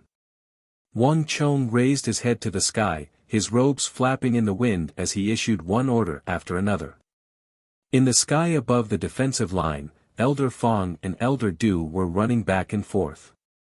Their speed was extremely fast, and they were constantly setting up four symbols Yin-Yang bewitching arrays on the ground at an astonishing speed. The four symbols Yin-Yang Soul Trap was an ancient formation, and while it was somewhat lacking against the massive bodies and terrifying strength of the behemoths, it was more than enough to deal with these skyquaking giants. Roar! Roar! Savage roars rang out from the ground. From the sky, one skyquaking giant after another rose from the ground like meteors, only to be greeted by the sturdy and powerful four symbols Yin-Yang Soul Trap. Boom boom boom. Metal clattered as the skyquaking giants madly attacked their surroundings, their steely fists bombarding their surroundings. But all they could see was gray. Under the influence of the formation, these giants couldn't even see the army outside the formation, much less attack. The four symbols Yin-Yang confusion borrowed the power of the earth around it, so all the attacks these giants launched on the formation itself were no different from hammering the earth. There was no effect at all. One formation after another was swiftly completed on the ground. In a few short moments, nearly 50 skyquaking giants had been trapped in the formations. Damn it! Destroy those things! One of the giants, whose beard and hair were all standing on end, roared furiously. Boom boom boom. 10 some skyquaking giants immediately began to charge toward the formation. But before they could reach it, the neighing of Nei's horse interrupted their charge. Kill them! Kong Xian raised his sword and led a group of 100 Wuxiang cavalry toward the nearest skyquaking giant. Ignorant ants! At the sight of the Wuxian cavalry charging at him, this 18-meter-tall giant gave a savage laugh. Instead of dodging, he threw out a grayish-brown rock. At the same time, he swung his steely palm at the nearest Wuxian horseman with astonishing speed and power. This palm was powerful enough to shatter steel, and even the Wuxian cavalry would be doomed if struck. Chapter 972. How is this possible? The giant roared in anger, but in the next moment, he was greeted by a searing pain. It was not obvious at first, but in the blink of an eye, the pain multiplied exponentially, and finally, even his bones began to ache. Kill him! An angry roar came from beneath his feet. The giant lowered his head, and only then did he see ant-like human cavalry brushing past his feet like bolts of lightning. These human cavalry were all wielding sharp swords that gleamed with a cold light. The long sword flashed past his ankle and cut through the layer of hard, thick, and dark green armor that was made of the best materials as if it was cutting a piece of paper. The 3-foot-long blades cut through his skin, his tendons, his flesh, and even his bones. Because they were so sharp, the giant did not feel any pain until the cavalry had already galloped far away. How is this possible? What kind of weapon could cut through my giant god armor? The giant's eyes widened as he stared at the scene in disbelief. He lifted his feet, but a crisp cracking sound came from the soles of his feet. Before he could lift his feet, the soles of his feet could no longer bear the weight of his body. A line of blood appeared, and his ankles immediately snapped. With a rumble, the giant lost his balance. His body went limp, and he fell heavily to his knees, his hands on the ground. My feet, my feet! The giant screamed in pain. Only now did he realize that his ankles had been completely cut off by these human soldiers. Kill him! Kong Xian's voice came from behind the giant. His voice was firm and cold. As soon as he spoke, the 100 cavalrymen began a frenzied slaughter. The Wuxia steel longswords in their hands were indestructible, and they continuously slashed at the giant's shoulders, arms, waist, and thighs, leaving behind sharp sword marks. Blood flowed like water from every part of the giant's body, splattering all over the ground. Death scythe! A series of fierce shouts came from the formation of 100 cavalrymen. The moment the giant fell, 7 well-trained and seemingly extremely powerful Wuxian cavalrymen pressed their hands on the backs of their horses and suddenly leaped into the air. The 7 of them formed the most refined scythe of the Grim Reaper and climbed up the giant's body like monkeys. In the War of the Southwest, Wang Chong had used the Death God Scythe team to deal with the most basic version of the giants. Although they were still using the Death God Scythe array, these 7 people were completely different from the original Death God Scythe team. This was a special energy that Wang Chong had specially trained to deal with the skyquaking giants. Boom! The sound of horse hooves and smoke billowed. After leaving the Reaper squad of 7 people, the other Wuxian cavalry followed Kong Xian like a tide. Meanwhile, the other 100-man Wuxian teams were also charging at the other skyquaking giants. Each skyquaking giant they dealt with would leave behind a Death God Scythe team, and then the other Wuxian cavalry would continue forward. 1, 2, 3, in the blink of an eye, the 5,000 Wuxian cavalry had divided into more than 100 Death God Scythe teams. Depending on the strength of the skyquaking giants, they would form groups of 2, 3, or 4 to attack the skyquaking giants. Damn it! You useless things! The red-bearded leader of the skyquaking giants was enraged by the sight of them being held down. I'll do it myself. Humans, ant-like things, I'll kill you all. Thump! The red-bearded giant stomped forward, causing the rocks on the ground to shatter as it crossed a distance of 8 or 9 meters with astonishing speed toward the giant ballistae controlled by Chen Bin and Su Ke. Load! Release! The air rumbled, and a long, giant crossbow bolt shot through the air, heading straight for the red-bearded giant in the lead. The giant ballista bolt left blurry black afterimages in its wake. Chen Bin and Su Kai sensed danger and immediately fired their ballista bolts. But in a flash of light, the red-bearded giant seemed to have sensed this bolt. In a flash, his body tilted to the side, allowing him to dodge the bolt. How could this be? Seeing this, the two of them felt their bodies tremble. The giant ballista bolts were extremely fast, even faster than ballista bolts. Once they were shot, it would be very difficult to dodge. Moreover, the giant was over 10 meters tall, making it an extremely large target. It was impossible for it to miss. Yet the red-bearded giant had been able to dodge it. Just this point alone showed that he was much stronger than the other giants. You lowly humans. Take one of my attacks. The red-bearded giant grabbed two strong horse corpses and threw them out like cannonballs, one on each side. Careful. Chen Bin's expression tightened as he drew out his sword and dashed toward the horse's corpse. At almost the same time, the 6 or 7 other ballista warriors guarding the giant ballistae also flew into the air. Together with Chen Bin, they charged at the horse corpse. Bang bang. In the blink of an eye, the few of them mustered all their strength and attacked the horse carcass. Rumble. As Chen Bin and the 7 ballista warriors collided with the horse corpse, an indescribable feeling welled up in their hearts. Chen Bin felt as if he had slammed into a hard mountain with all his strength. Not only did all his strength not have the slightest effect, but he was also hit by a huge force from the horse carcass, causing all the bones in his body to crack, as if they were falling apart. Not only that, but even his 5 viscera and 6 bowels had been severely impacted in that instant. Plush. Chen Bin tasted blood in his throat as he was sent flying like a broken kite, crashing into the giant ballista behind him. At the same time, there was a scream as the other ballista warriors were also sent flying, crashing into different places. In a flash, Chen Bin and the 7 elite ballista warriors had been heavily injured by the horse corpse that the red-bearded giant had casually thrown at them. Compared to the red-bearded giant, they were far too weak. Boom boom. At almost the same time, several more horse corpses were thrown out. Su Kai screamed as he and several other elite ballista soldiers were also heavily injured. At this moment, there was nothing left between the red-bearded giant and the 2 giant ballistae, and the closest Wuxian cavalry was still 100 zhang away. A good chance. The red-bearded giant was elated.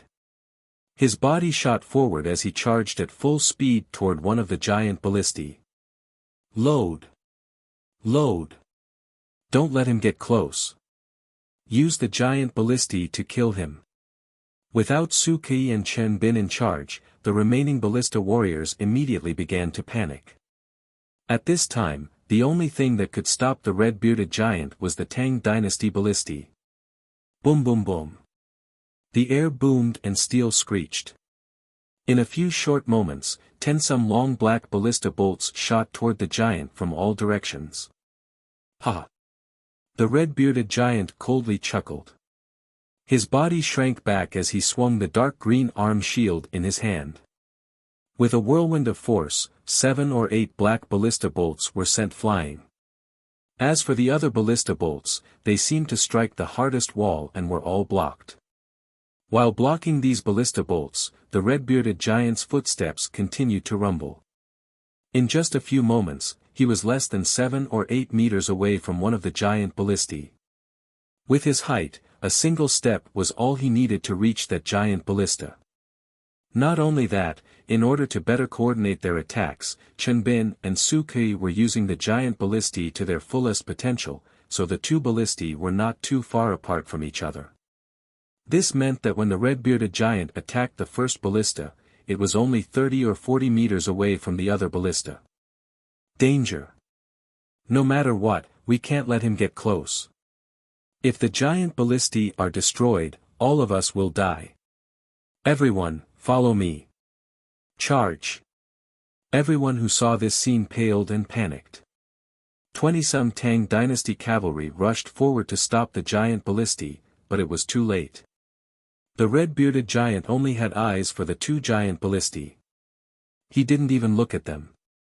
Boom! A massive foot wearing a dark green blazing boot suddenly rose from the ground and stomped down on the giant ballista closest to the giant ballistae. Even before that foot landed, the air around it began to howl, and the enormous wind pressure sent the three soldiers controlling the giant ballistae tumbling through the air. Given the strength that the red-bearded giant had displayed, if this foot landed, this giant ballista, which had taken so much effort to assemble, would instantly shatter into countless pieces. Ah! Cries of alarm rang out from all around as the giant ballista that had sustained their lives was about to be destroyed by the red-bearded giant's foot. At this moment, a thin figure suddenly appeared in front of the giant ballista. This person was dressed in a white robe, his long hair flying in the wind. While everyone was stunned by the red-bearded giant's strength and believed that the giant ballista was doomed to be destroyed, this person suddenly raised his head, looked at the descending foot, and raised a single finger. Bang! In that instant, time seemed to stand still. The red-bearded giant's foot, which could even shatter steel, landed on the man's outstretched finger. It was as if it had crashed into the world's hardest barrier. The air exploded, and the powerful chi roared, washing over the surroundings like a huge wave. However, it was unable to shake the man's finger. What the hell? Just who are you? The red-bearded giant's pupils constricted and his face paled. He was keenly aware of just how powerful and terrifying his foot was. For this person to use a single finger to block it was not something that an ordinary person could do. King of Gonka. That person raised his head and coldly said those 4 words. In the next moment, a terrifying energy burst out from his body like a tidal wave. Killing tide. Chapter 973. I admit that I underestimated you. I didn't think that you would have such strength. But that's all it is. This time, I will first kill you, and then destroy those 2 giant ballistae. The red-bearded giant looked at his unscathed body, and his expression instantly relaxed. As a sign of respect for you, after killing you, I will remember your name, King Gonka. Humph, is that so? The King Gonka sneered at the red-bearded giant, his eyes fixed on the giant's legs. What do you mean? The red-bearded giant grimaced as he stared at the King Gonka. But before he could finish speaking, there was a metallic crack from beneath his feet. Before the red-bearded giant could react, he saw the sturdy dark green war boots under his feet suddenly explode with countless cracks. In just an instant, the boots exploded into countless pieces, scattering all over the ground. Even more shocking to the red-bearded giant was that the instant the boots exploded, a fierce and destructive energy exploded from the soles of his feet. This energy traveled up the red-bearded giant's right foot and spread throughout his body. Plush! Blood sprayed everywhere, and the red-bearded giant's right foot was bleeding profusely. A heart-wrenching pain surged from the soles of his feet to his brain, and the red-bearded giant couldn't help but cry out. You! The red-bearded giant rapidly retreated, a hint of shock finally appearing on his face as he stared at the nearby King Gonka. To be able to shatter his heavenly god battle boots with a single finger, just this fact alone proved that the strength of the human before him far surpassed his imagination. You're celebrating too early. The King Gonka raised his robes and began to stride forward. In the western regions, the Gonka tribe was known as the Filthy Boars. As the ruler of this tribe, the King Gonka had always hidden his strength, only revealing it now. Bright Fist of Massacre. The King Gonka's expression was callous. After taking 2 steps, he suddenly leapt into the air and lunged at the nearly 20-meter red-bearded giant like a giant bird. Bzzz. He swung his right fist, and the air in a radius of several dozen feet twisted as a massive fist image appeared behind him, followed by a third and a fourth. In a few short moments, hundreds of fist images had appeared behind the King Gonka, forming a massive mountain of fists that smashed down on the red-bearded giant. The Bright Fist of Massacre was a fist technique that the King Gonka had learned in his early years in the Central Plains. The stronger the enemy, the more powerful this fist technique would be. At most, it could exert 4 times the user's strength, but it would place an enormous burden on the body. After obtaining it, the Ganka king had devoted himself to studying it, combining it with the martial arts of the western regions. He had increased the power of this fist art by at least 5 times, and he had also reduced the burden on his body by a great deal, resulting in the bright fist of slaughter. I don't believe that I'll lose to a puny human. Die. Seeing the King Ganka lunge at him, the red-bearded giant seemed to be greatly humiliated. Suddenly enraged, he gathered all the strength in his body and viciously smashed at the rising King Ganka. Rumble. The red-bearded giant's iron fist streaked through the air like a meteor. Wherever it passed, black cracks seemed to appear in the air. Given the red-bearded giant's innate strength, this all-out attack could probably shatter a mountain. If an ordinary human were to take this punch, they would die without a doubt. Boom! The 2 iron fists, one large and one small, fiercely collided in the air. In that instant, the wind howled, and even the sky seemed to split open. Aya! As countless Tang dynasty soldiers and giants watched, the seemingly stronger red-bearded giant gave a shrill scream. His right fist suddenly split open, blood gushing out like a waterfall, and his fist bent backward at a strange angle. Under the immense force, the red-bearded giant fell to his knees, kicking up a cloud of dust. This is all the so-called giants amount to. The King Ganka sneered and lunged forward. The King Ganka's appearance had caused a slight reversal on the battlefield, rousing the morale of the surrounding soldiers.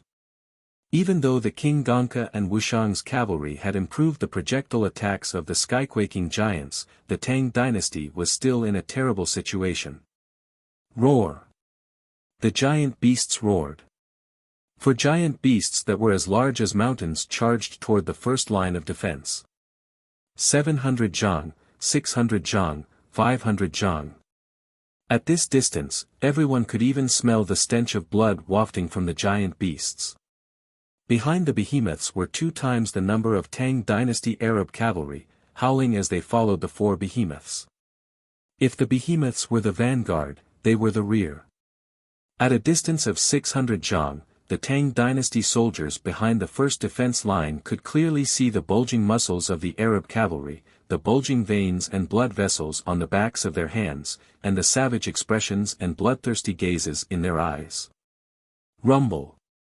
In a place that no one could see, bang! A part of the ground suddenly split open, and a yellow-brown monster that looked like a giant centipede suddenly burrowed out of the ground. This monster had many appendages, and its skin and body were as hard as rock. It also had a head that was as sharp as a sword. On the head of this monster was a hideous hunchbacked man dressed in a crimson robe. He was none other than the leader of the behemoth army, Mazel. Buzz! Mazel began to form a spell on the head of the centipede monster. In a flash, faint rays of light vanished into the air, heading toward the 4 mountainous behemoths. Kill, kill. Kill all these infidels for me. Leave none alive. Mazel's eyes shone with a chilling light as he stared at the steel defense line.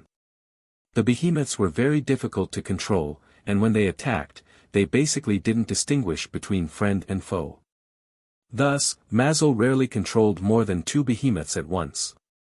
Even when he did use 2, he would keep them very far apart so that they could attack different targets. Just like the Terrorizer and the Destroyer, one destroying the defense line while the other destroying the city. But now, 3 powerful behemoths had been slain by the Tang dynasty, causing Mazel to lose all face in front of the 200,000 Arab soldiers. In order to restore the reputation of the behemoth army, Mazel had finally been forced to personally participate in this battle. In all of Arabia, only he could control 4 behemoths at the same time without accidentally injuring his own army. Rumble. After carefully calculating the direction of the 4 behemoths, the distance between them, and their condition, Mazel had the centipede monster make a turn in the air and burrow back into the earth. The hard rock seemed as soft as mud in a swamp to the centipede monster. In a flash, Mazel and the centipede monster had vanished into the earth. After they disappeared, the ground returned to normal, and no traces could be seen. Behind them, two figures exuding powerful auras were seated on their divine steeds, their eyes like lightning bolts as they calmly observed the course of the battle. The skyquaking army has already achieved its goal. The Tang dynasty can't even fend for itself and has fallen into disarray.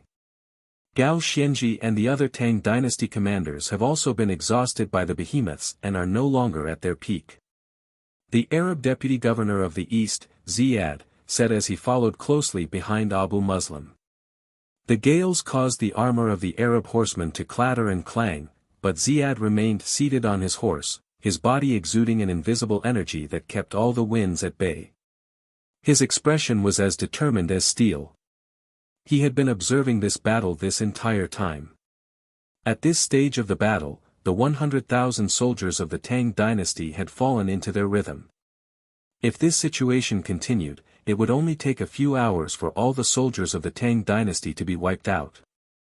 Once these Tang people were killed, the final obstacle on the Arabian Eastern expedition would be swept away. Don't get careless. Until the Tang dynasty is truly defeated, even if we have the absolute advantage, we can't underestimate the enemy. Are the deaths of the terrorizer and destroyer not enough to prove the problem? Abu Muslim said, but his expression was abnormally calm, not the slightest hint of pride on his face. A ripple of emotion appeared in Abu Muslim's eyes as he scanned the corpses of the two behemoths. Both the terrorizer and destroyer were extremely powerful existences in Arabia, and they had destroyed countless enemies and cities. But who could have imagined that these powerful existences would suffer a crushing defeat at Talas, dying at the hands of these infidels? Far too many inconceivable things had happened to the Tang dynasty, especially that young commander. Thus, Abu Muslim did not dare to be the slightest bit careless until the battle was won. In addition, the two giant ballistae had still not been destroyed. Harassing the enemy army and breaking them from within was important, but to Abu Muslim, destroying the two giant ballistae was far more important. What's the situation with Gharib Hassam? As the leader of the skyquaking army, he should be taking action soon, Abu Muslim said. The order has already been passed on. Gharib Hassam should have already received the news. If everything goes as expected, he should be taking action very soon, Deputy Governor Ziyad sincerely said. Deputy Governor Ziyad sincerely said. Although the skyquaking giants were powerful, the upper echelon of the Arab army tended to look down on them because they were not very intelligent. But Ziyad clearly had a different attitude toward the skyquaking army's commander, Gharib Hassam. Pass on my order. Have him speed up. Abu Muslim said. Yes. Ziyad waved a hand behind him, and an Arab messenger quickly turned and left. Chapter 974. As the war drums rumbled, another bustling scene was taking place at the ends of the earth. Towering skyquaking giants were gathered together, and between them were 8 massive bronze catapults. Each of these bronze catapults was 50 to 60 meters tall. They were sturdy and heavy, weighing at least 60 to 70,000 pounds. Release! Release! Release! In front of the 8 bronze catapults, the commander of the skyquaking army furiously bellowed out orders. Thunderous booms rang out as one skyquaking giant after another was fired like cannonballs. Damn it! You useless things, you can't even do something as simple as this. A furious roar of the heaven-shaking step came from the side, and then a massive muscular hand like the roots of an old tree reached out and pushed the powerful skyquaking giant commander to the side. In front of this massive hand, the powerful skyquaking giant commander seemed too weak to stand up to a gust of wind. All the busy skyquaking giants around him fell silent out of fear, obediently lowering their heads and standing to the side like children who had made a mistake. Rumble. It was at this moment that a gigantic foot stomped down from the side. Dirt and stones flew everywhere, and the ground shook violently as if it were about to split open. Leader.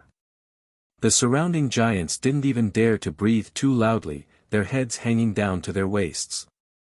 They appeared both respectful and fearful. Bang! After a series of loud footsteps, the owner of that palm finally appeared in front of everyone. This was a giant 27 or 28 meters tall, his body extremely muscular. His arms were as thick as the thighs of the other giants, and the strength surging through his body far surpassed that of any other giant. In front of this giant, the other giants truly were like children. Gharib Hassam, the commander of the sky-quaking army. In Arabic, this name represented victory and invincibility. He was an undefeatable giant, and the Caliph of the Arabian Empire called him the Wrath of God. Gharib Hassam was different from the other giants. Despite his massive size, he was extremely intelligent.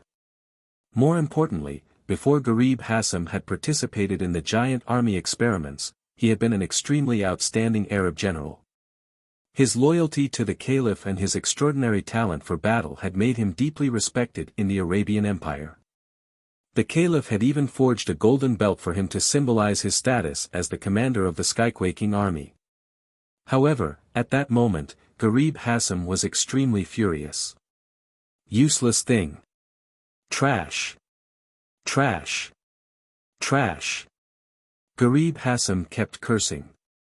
He had long ago made an agreement with the Arab army. If the giants of the sky-quaking army succeeded in their objective, disrupting the Tang dynasty's defense line and destroying the two giant ballistae, the Arab army would send a signal. But now, more than 200 sky-quaking giants had been launched by the bronze catapults, and yet there was still no signal. It was clear that the two giant ballistae had not been destroyed. To the conceited and arrogant Gharib Hassam, this was a disgrace. Hussein, Tilak, just what are you two bastards doing? Why haven't you been able to hit those two giant ballistae after so many times? Can't you do something as simple as this? Gharib Hassam was extremely tall, his height of 27 or 28 meters allowing him to clearly see what was going on in the distance and where the two giant ballistae were. Gharib Hassam found it intolerable that so many catapults had failed to hit the two giant ballistae. Leader. The bronze catapults have very poor accuracy. We've already done our best to accurately hit the two defense lines. It's basically impossible for us to accurately hit those two giant ballistae. One of them, a 22-meter-tall giant called Hussein by Gharib Hassam, defended himself. Boom! Just as the giant finished speaking, what welcomed him was a heavy iron fist. The enormous power sent him flying into the air. Useless thing, get out of my way. I'll tell you right now that there's nothing in this world that can't be done. A bunch of trash. Gharib Hassam pushed aside the two commanders and sat down on one of the bronze catapults. His eyes were fixed forward as he began to personally adjust the direction. Two more giants, pull the bowstrings. Increase the strength. Increase the load to the maximum. This time, none of you are allowed to move. I'll adjust the direction myself. Gharib Hassam roared as he took the lead. 30 zhang, 50 zhang. Gharib Hassam commanded the sky-quaking giants to pull the bowstrings back. The two tough and flexible bowstrings slowly tightened, creaking as they approached their limits. Release. After an unknown period of time, when the heavy bronze catapult string finally reached its limit under the pull of a dozen tall giants, Gharib Hassam gave the order to fire without hesitation. Rumble. With an earth-shattering rumble, Gharib Hassam, along with the tens of thousands of tons of airflow around him, shot into the sky like a cannonball. With a speed much faster than any previous launch, he shot into the sky and quickly disappeared into the depths of the sky. In the blink of an eye, he had disappeared. It was only at this moment that a deafening rumble came from the void. In the distance, as the sky-quaking army was slowly being hindered and their assault was in a stalemate, the sound of a falling meteor came from overhead. This time, it was much louder and sharper than any of the previous times. The screech of the meteor as it scraped against the air was so sharp that it almost tore the eardrums of everyone on the battlefield. Wang Chang's heart thumped as an extreme sense of danger welled up in his mind. He could sense that a massive meteor was descending from the heavens with unprecedented speed. Compared to this meteor, the speed at which the skyquaking giants were descending seemed insignificant, like a turtle trying to catch up to a rabbit. Bzzz. Wang Chang's eyes scanned the sky, and with a single glance, Wang Chong locked onto the source of that shrill screech. It was a golden red meteor, nearly 3 times the size of the other meteors, and it was falling with incredible speed. From the moment Wang Chong heard the screech to when he raised his head to lock onto the meteor, it was already less than 100 zhang from the defense line. At this distance, everyone could feel a strong visual impact and pressure. More importantly, everyone could feel a vast destructive power from this huge golden red meteorite. Not good. When he saw where the golden red meteor was going to land, Wang Chang's body trembled and his face paled. Lord Protector General, I leave this to you. Wang Chong roared as he charged toward the 2 giant ballistae. Milord. But the moment Wang Chong turned, he heard a panicked voice from behind him. Xue Qianli looked at Wang Chong in panic. At the same time, Qing Qianli's panicked voice exploded in his ear. Everyone, get ready. Wang Chong's heart trembled, and before he could react, he could hear the rumbling of heavy footsteps that had suddenly sped up. Wang Chong grimaced and turned his head. A moment later, he saw that the mountainous behemoth was speeding toward the defense line. It was less than 200 zhang from the defense line. Wang Chong grimaced as he finally understood why Xue Qianli had called out to him and why Qing Qianli's voice was tinged with danger. The Arabs had actually accelerated their attacks and launched an all-out assault. In front of them were the 4 terrifying behemoths and the Arab army, and behind them were the King of Giants and the Skyquaking army. The 100,000 Tang dynasty reinforcements were in an unprecedented perilous situation. Wang Chang's footsteps came to a screeching halt as he found it difficult to advance or retreat. Banahan. In the blink of an eye, Wang Chong only had time to call out one person's name. However, this small delay was enough to determine the outcome of the golden red meteorite in the sky. Boom! There was a heaven-shaking explosion as the golden red meteor smashed into one of the giant ballistae. The massive impact instantly pulverized the giant ballista into countless parts and sent the surrounding ballista soldiers flying like they were made of paper. Ha ha ha, burn for me! A frenzied laughter, brimming with the desire to destroy, came from the center of the explosion.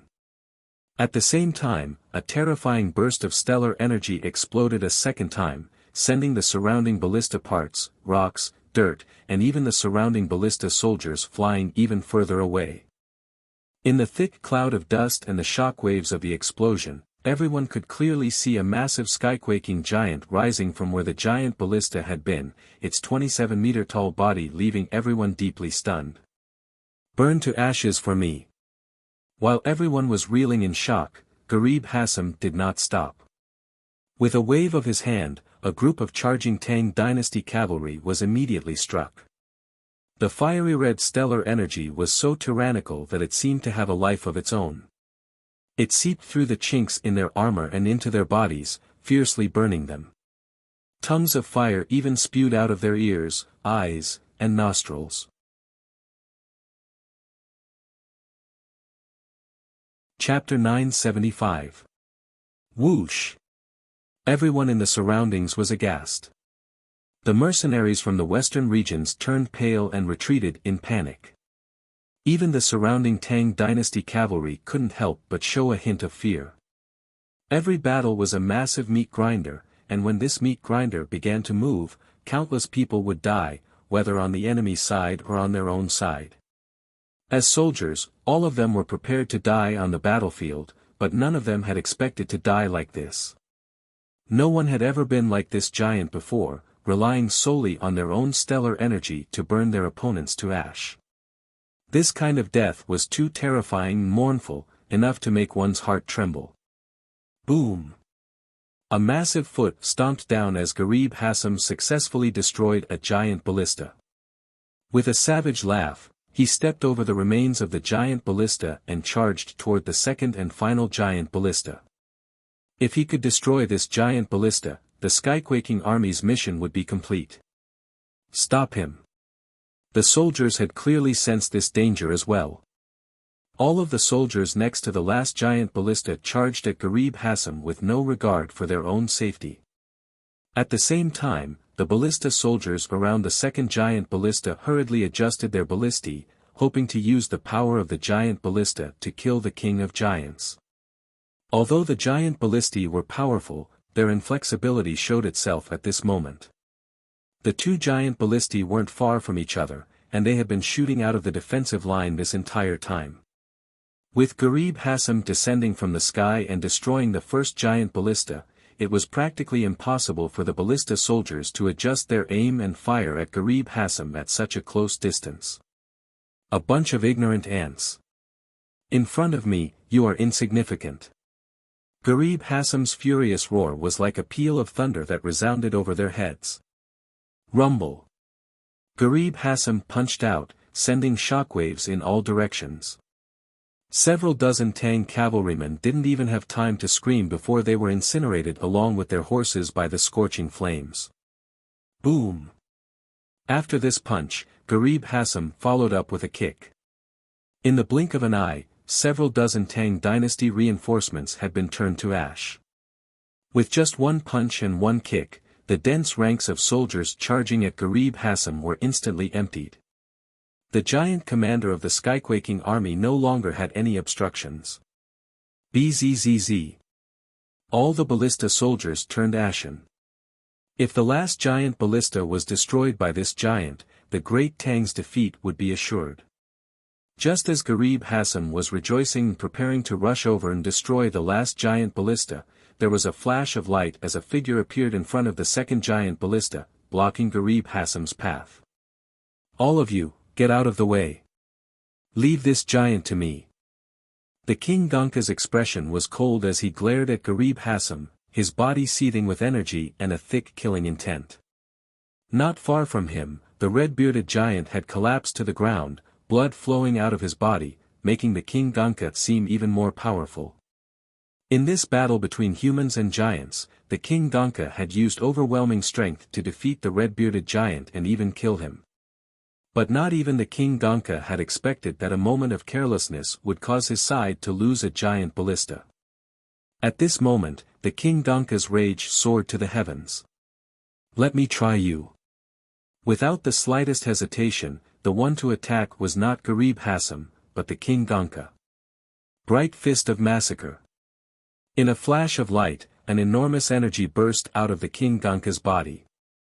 In a flash, countless fists layered over each other, transforming into a massive mountain that smashed toward the 27-meter-tall Garib Hassam. The bright fist of massacre grew stronger the stronger it met. The red-bearded giant had already fallen to his iron fists, and this time, the King Gonka was using this fist technique to deal with the giant commander. Humph, come at me.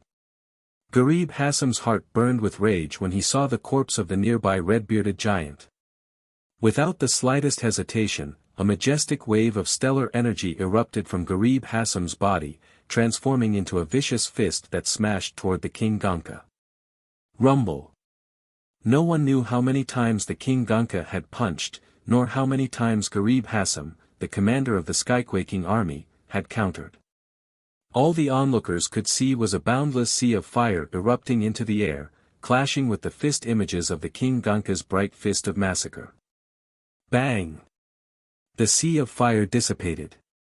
Garib Hassam stood unmoving, while the King Gonka flipped through the air and crashed into the ground, stirring up a cloud of dust. His face was slightly pale, but he had not been burned to ash as everyone had imagined. Human, you truly are somewhat powerful. But no matter how powerful you are still no match for me.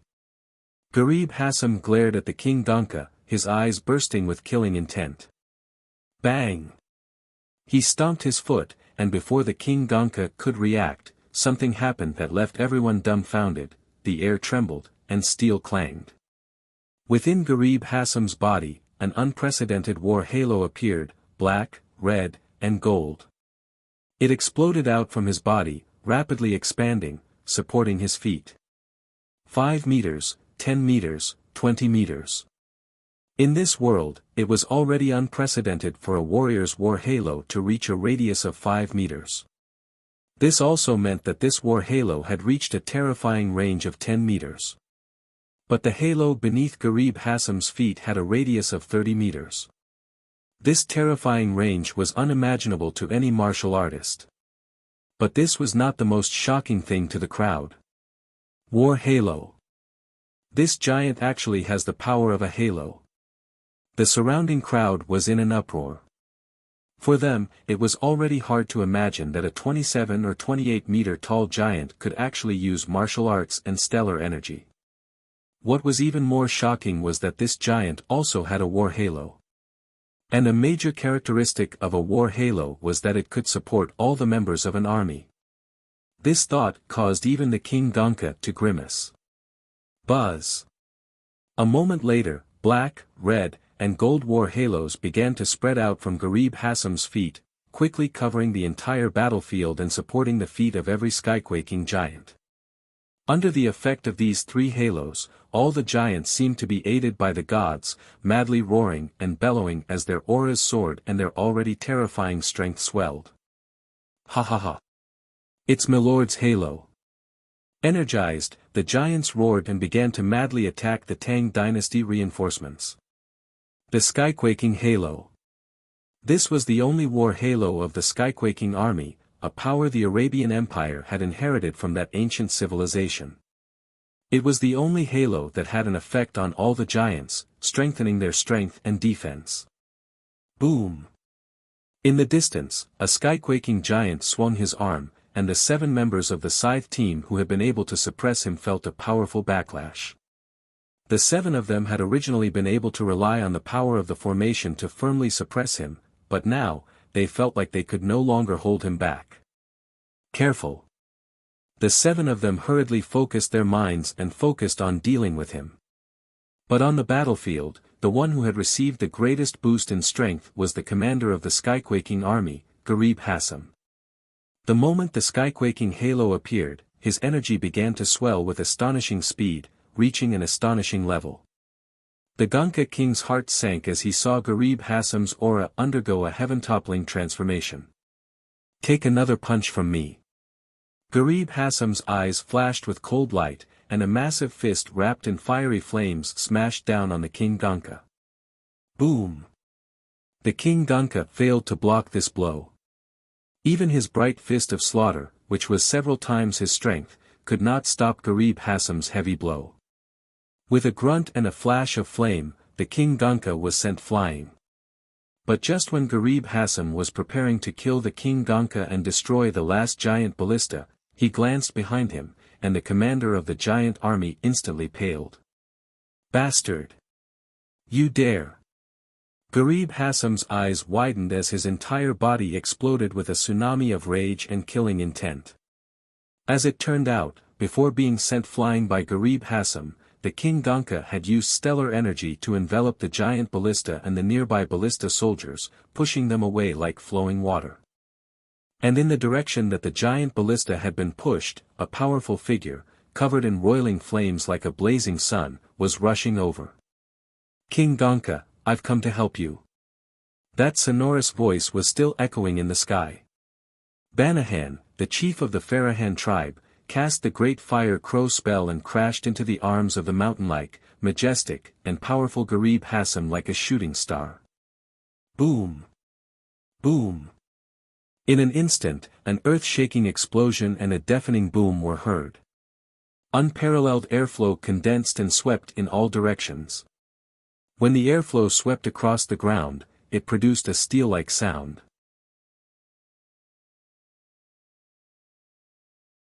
Chapter 976. King Gonka, go protect the giant ballista. I'll deal with this giant. Banahan's loud voice could be heard ringing out of the battlefield as the roiling flames devoured the sea. As the commander of the Skyquaking army, Garib Hassam's stellar energy had always been infused with the power of fire, and it was extremely tyrannical. Banahan's Great Fire Crow art was a renowned fire element art of the western regions, and after receiving Wang Chang's guidance, Banahan's strength had reached a new level. In terms of fire element arts, probably only Banahan could contend against the King of Giants. Okay. The Gonka King's eyes flashed, and without the slightest hesitation, he shot toward the second giant ballista. The intensity of the clash between the two was too intense, and a fire on the city gate was a disaster for the fish in the moat. He had to think of a way to move the last giant ballista away from the battlefield. If possible, he could use this giant ballista to help Banahan deal with the King of Giants. But the danger was far from resolved. All the giants were roaring and charging toward the giant ballista. Even the King of Giants, Garib Hassam, was attempting to circle around Banahan and destroy the giant ballista. The King Gonka had to focus all his attention on defending the last sliver of hope for the Tang dynasty.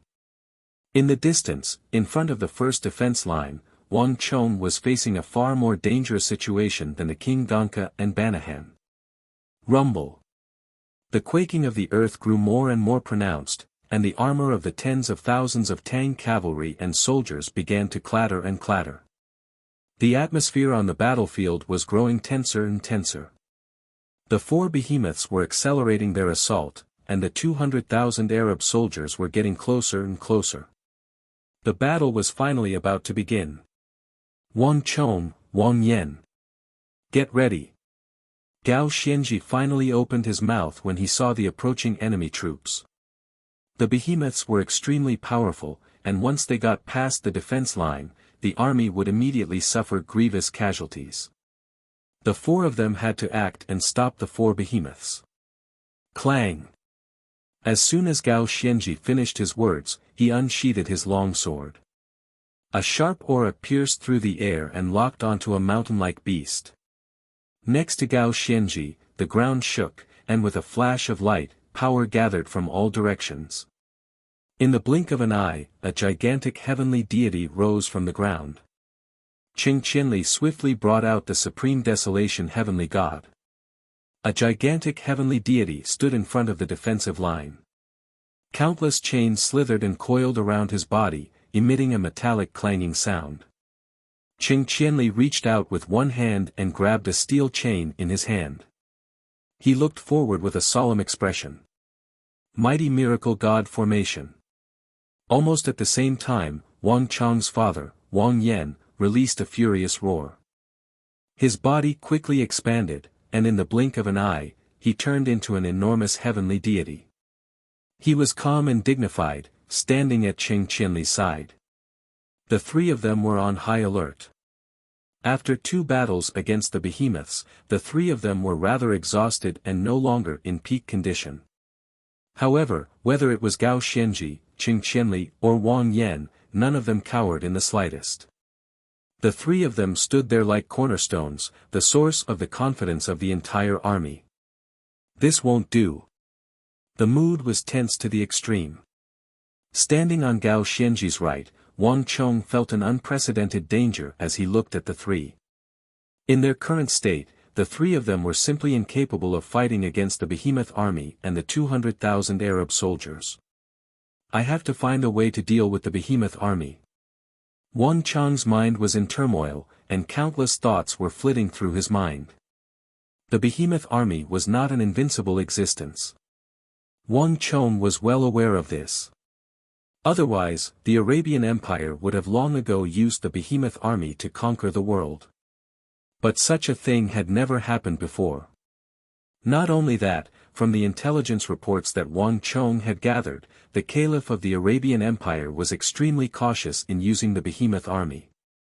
Unless absolutely necessary, he would never use it. On the surface, one could think that the Caliph was either treating this army with great importance, or that there was no worthy opponent. But as the illustrious war saint of his last life, Wang Chong knew that this was not the truth. Just what is it?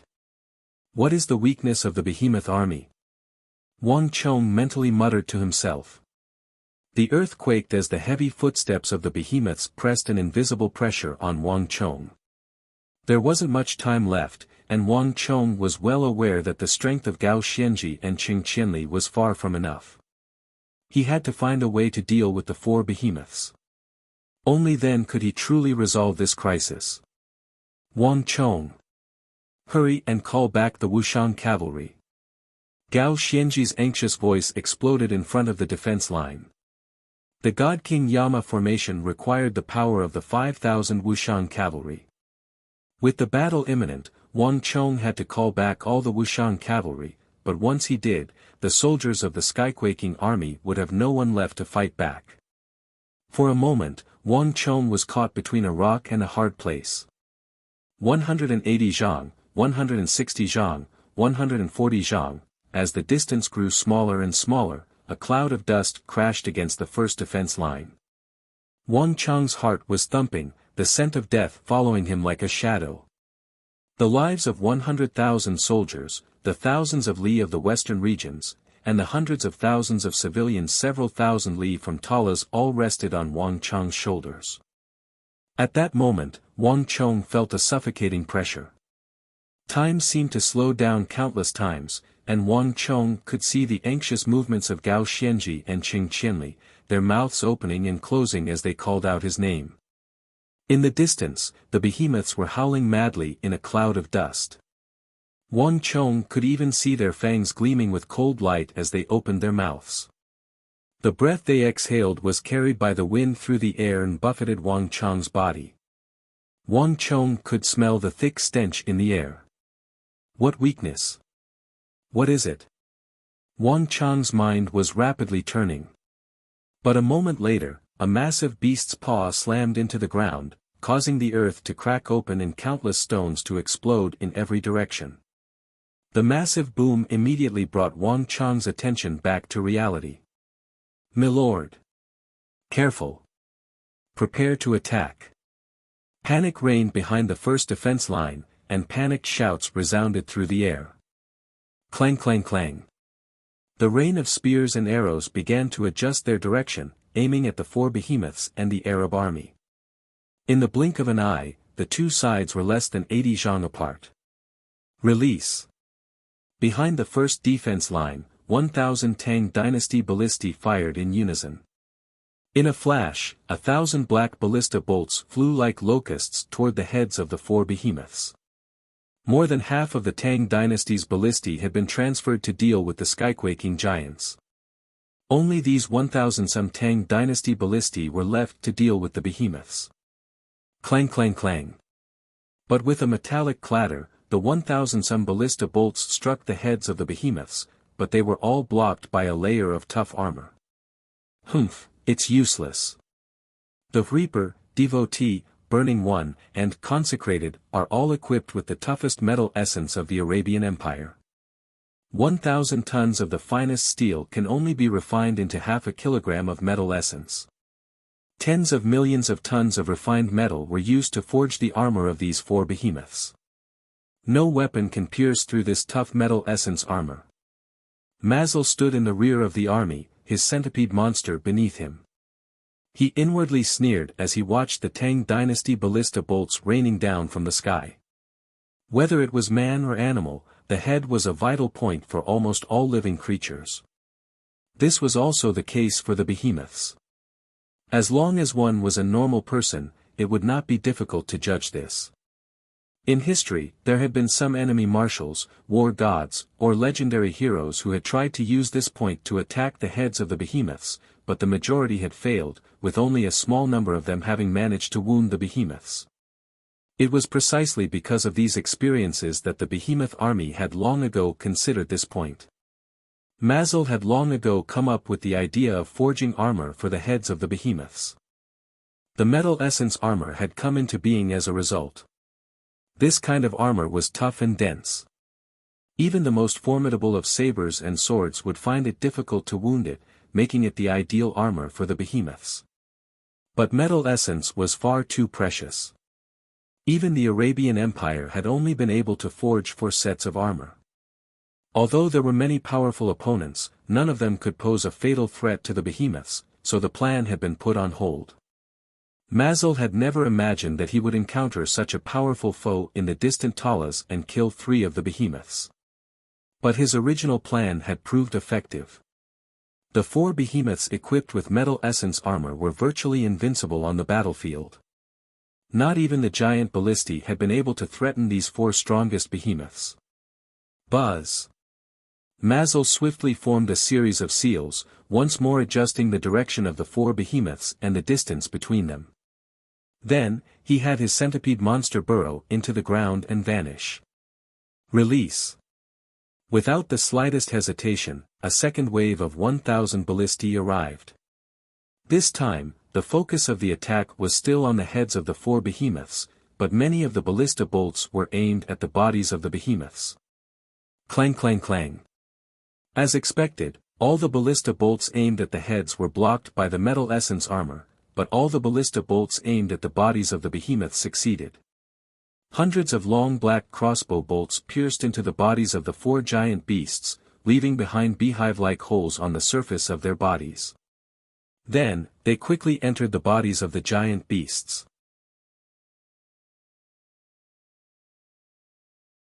Chapter 977. 70 feet. 60 feet. The 2 sides were getting closer and closer. After one wave of attacks after another, the behemoths finally began their counterattack. Bang! With a roar, a fiery red lizard-like behemoth was the first to attack. It opened its mouth and spat out a thick, almost tangible flame, like boiling lava, at the Tang defense line over a distance of several dozen zhang. The Burning One. This was the first behemoth created by the Arabian Empire with a special ability. The entire plan had taken a very long time. In order to raise this behemoth, the Arabian Empire had expended a vast amount of resources, using special medicines to raise it, and then mobilizing more than 10,000 fire element experts of varying strength to pour fire element energy into the lizard-like behemoth from a young age. After 6 years of constant nurturing, this powerful Burning One was finally born. Whoosh! These flames had come so suddenly that they had been caught completely unprepared. Their impression of the behemoths was that they relied on their massive bodies and terrifying strength to fight. Thus, when the Burning One spewed out flames, they were caught off guard. Aya! Screams filled the air as countless shield men and infantry were set ablaze, transforming into massive balls of fire. The flames were so intense that even the steel walls and the shields of the shield men were scorched red, smoke rising from their bodies. Careful! An anxious shout echoed throughout the entire defensive line. Before the voice faded away, a deafening roar was heard. Of the 4 behemoths, a white bear behemoth bared its white fangs and charged forward. In the blink of an eye, it had broken free from the 4 behemoths and was charging at the first defense line. 40 feet. 20 feet. This white bear behemoth was so fast that even Gao Xianji and Qing Qianli grimaced. Stop them! With no time to speak, Gao Xianji roared and charged out from behind the defense line. Boom! In the instant that it charged out, Gao Xianji flicked his wrist, and a majestic sword qi shot out with unparalleled sharpness. It was 20 to 30 meters long, and it slashed towards the fiery red lizard-like beast. Buzz! In a flash of light, the Burning One's flames were cut in 2 by Gao Xianji.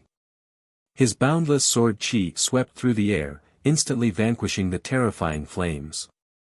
As a protector general of the Anxi Protectorate Army, Gao Xianji had reached the pinnacle of combat. He had chosen the perfect moment and angle to strike, using the smallest amount of force to neutralize the flames of the Burning One. Bang! At almost the same time, Vice Protector General Qing Qianli roared and transformed into the Supreme Desolation God. With a single step, he crossed the first defense line and faced the 10-meter-tall sandstorm as he charged at the white bear behemoth. Whoosh! Before man and beast could even make contact, Qing Qianli flicked his wrist, and 10-some chains of stellar energy shot forward as if they had a life of their own, wrapping themselves around the mouth, limbs, and body of the white bear behemoth. Come!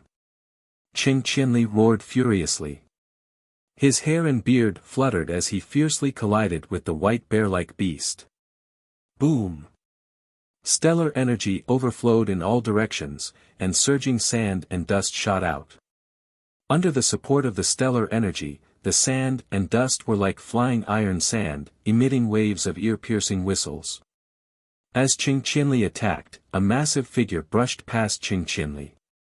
Wang Chang's father, Wang Yan, had also attacked. Rumble. There was a heaven-shaking boom as the mighty miracle god clashed with another behemoth 30-some zhang away. The earth between them suddenly split open, a long and winding fissure rapidly expanding, piercing right through the Great Tang's first defense line. Translated by Hypersheep 325. Translated by Xianxia. World. Under the impact of this force, 7 or 8 huge steel walls immediately fell apart and were blasted away. Gao Xianji, Qing Qinli, and Wang Yan, these 3 supreme commanders of the Tang dynasty, had all attacked. Roar! There was a heaven-shaking roar as the final giant ape charged at the first defense line, stirring up a cloud of dust. Careful! The rear of the defense line was in a state of panic, and with a metallic clatter, more than 1,000 Tang ballistae began to attack. Tens of thousands of ballista bolts rained down on that fiendish behemoth. But in the howling winds, a black ape arm as thick as a mountain swept through the air, swatting away at least half of the ballista bolts. The collision of the ape arm with the ballista bolts produced a metallic clatter. Of the several hundred ballista bolts, only 10 or 20 managed to penetrate the giant ape's body. The rest were blocked by a tough layer of material and dropped to the ground. The Consecrated. This was one of the strongest behemoths of the Arabian Empire's behemoth army. Not only did it possess immense strength, it also possessed a body of bronze and bones of steel, giving it a defense far greater than that of any other behemoth. This ability had appeared on its own as the behemoth matured, as if it had been blessed by a god. Thus, it was called the Consecrated. The Consecrated rarely participated in wars, but when they did, there was basically nothing that could stop them. Although it couldn't breathe fire like the Burning One, in terms of pure strength, no behemoth in the behemoth army could compare to the Consecrated. Release! Release! Release! At the first defense line, the armored Chen Bin stared grimly at the giant ape in front of him. He swung down his 3-foot-long Wuxia steel sword as he shouted at the top of his lungs. This giant ape's defense was far too astonishing, completely different from the behemoths from before. Although the ballista bolts hadn't been able to deal much damage to the behemoths, they had at least been able to penetrate their bodies, but they had been completely ineffective against this giant ape. The Tang dynasty ballistae could pierce through plate armor several feet thick, but they were useless against this giant ape. Roar! With a roar, the mountain-like giant ape kept approaching. 60 feet, 30 feet. Boom! A black, furry foot suddenly stomped down on the tall steel defense line. The extremely sturdy and thick steel wall, 3 to 4 meters tall, was like a small piece of paper beneath the ape's foot. It quickly twisted and deformed, and then was smashed into the ground with a bang. Boom! The giant foot landed on the ground, kicking up a cloud of dust. The powerful shockwave sent all the soldiers within a radius of several dozen feet flying like fallen leaves. However, before anyone could react, the sky darkened in the next moment. A furry giant black ape clenched its 5 fingers and immediately smashed towards the ground at lightning speed. Not good. Run! The warhorses neighed in fear, and the Tang soldiers behind the defense line stared at that massive ape palm, all of them feeling extremely insignificant and panic-stricken. At this moment, all of them could sense the thick stench of death. Translated by Hypersheep 325. Hoofbeats. Dust billowed as everyone fled in all directions. But compared to the giant ape's speed and power, they were still too slow. Out of the way. Seeing that the group of people was about to be crushed into meat paste by the giant ape's power, a loud roar resounded through the void in a flash. In a flash, a violent wave of stellar energy surged out like a raging river. It enveloped the cavalry under the ape's palm and ruthlessly flung them in all directions. At this critical moment, Wang Chong had finally come to his senses and struck. Bzzz. The wind howled, but few people noticed that the moment Wang Chong struck, Wang Chong had also flung out a black object. Boom! The mountainous ape's palm landed heavily on the ground, kicking up a cloud of dust and sand behind the defense line. But almost at the same time that the ape's palm landed, the giant ape let out a shocking scream. In that instant, everyone could clearly see a long awl piercing out from the back of the giant ape's palm. In a flash, Wang Chong had thrown out his 10-meter-long cudgel, aiming its sharp tip at the giant ape's palm. In normal circumstances, this awl-shaped cudgel should not have been able to pierce through the giant ape's palm, but the giant ape's enormous strength had allowed the sharp end of the cudgel to pierce through its palm. The pain was so intense that the consecrated, the strongest member of the behemoth army, couldn't help but raise its head to the sky and howl. "Everyone, get back!" Wang Chong roared as he charged forward. The Wuxian cavalry could not be recalled, and the last Arabian behemoth could not be left unattended. Wang Chong could only rely on himself. Clang! Wang Chong unsheathed his sword, his body twisting like a bolt of lightning as he charged at the terrifying and savage giant ape. Pang! He stepped on the giant ape's pierced palm, and quickly flew towards the giant ape's furry arm. His speed was extremely fast, and after a few breaths, his left foot pushed off the giant ape's arm, and he shot off again. Art of God and Demon Obliteration. As he galloped along the giant ape's body, Wang Chong immediately used the world's #1 sword art taught to him by the Tang dynasty's war god So Yong-sun. Chapter 978. In a flash, sword chi crisscrossed the air, milky white beams of sword chi more than 100 feet long, more dazzling than the sun, piercing through the giant ape's body. In an instant, the giant ape's fur was sent flying. Thin lines of blood appeared on the giant ape's mountainous arm, and a putrid stench of blood spurted out from the wound. Wang Chong did not stop, leaving afterimages on the giant ape's arms as he shot toward the ape's head. Eyes. Their eyes must be their weakness. In a flash, Wang Chong glanced up at the sky. 2 scarlet eyes floated in the air like 2 giant lanterns. These were the eyes of the giant ape. Although the Arabs had used some kind of tough metal armor to cover the giant ape's head, the eyes could not be protected. This was the only place where one could attack the giant ape. Roar! The giant ape bellowed, its scarlet eyes instantly focused on Wang Chong, who was on its arm and rapidly sprinting away. Even though all humans were like fleas to the giant ape, there was no doubt that the giant ape would remember this flea that had injured it. Boom! Without the slightest hesitation, the giant ape raised its other arm, spread open its fingers, and lunged at Wang Chong with lightning-fast speed. Without the slightest hesitation, Wang Chong shot forward. By a hair's breadth, he had managed to pass through the giant ape's 5 fingers and shoot from its right arm to its left. Pang! His body leaped forward, and his speed did not slow down in the slightest. Like moving clouds and flowing water, he continued to charge along the surface of the giant ape's body toward its head. As he sprinted forward, the Wuxia steel sword in Wang Chong's hand continued to unleash tens of thousands of bolts of sword chi that slashed at the giant ape's body. Not even the ballistae of the Tang dynasty could pierce through the giant ape's body, but it could not stop Wang Chong's art of God and demon obliteration. But Wang Chong's weakness in his lack of cultivation was immediately exposed. If Su Zhengshan were to execute the art of God and demon obliteration, he would definitely be able to severely injure the giant ape. However, Wang Chong was still far from reaching that level. With his current level of mastery, his sword chi could only penetrate several chi into the giant ape's skin before coming to a halt.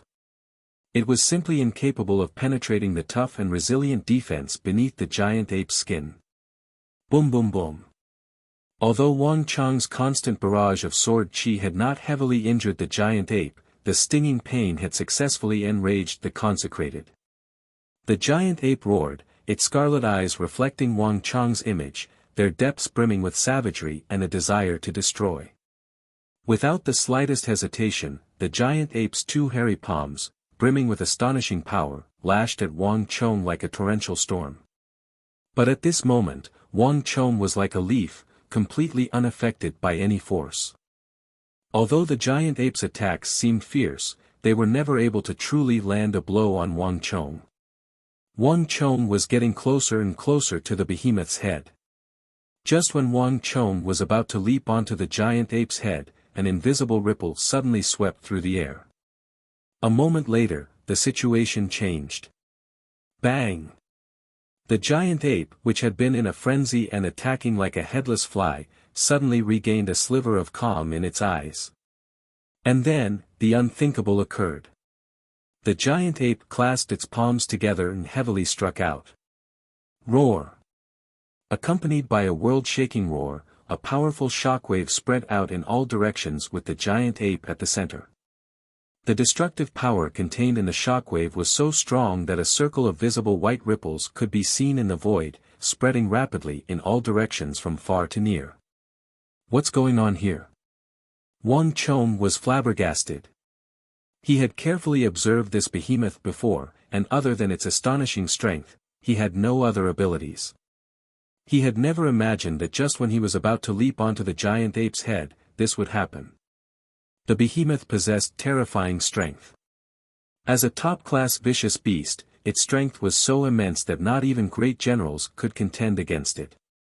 Moreover, unlike the rhino-shaped behemoth, the destroyer, and the terrorizer, the consecrated was born in the form of a giant ape. Its arms were nimble, its body agile, and its fighting ability far superior. The combined strength of Wang Chong and Gao Xianji had not been enough to stop an ordinary behemoth, much less one of the top-class behemoths of Arabia. Although the giant ape didn't use any stellar energy, its astonishing strength was enough to shatter the heavens and sunder the earth. Not even a top-class great general could compare to it. Wang Chong still had not formed the God King Yama, so he was even less capable of fighting back. Thump! With no time to think, Wang Chong did a backflip and shot off the giant ape's body, landing on the ground. Bzzz.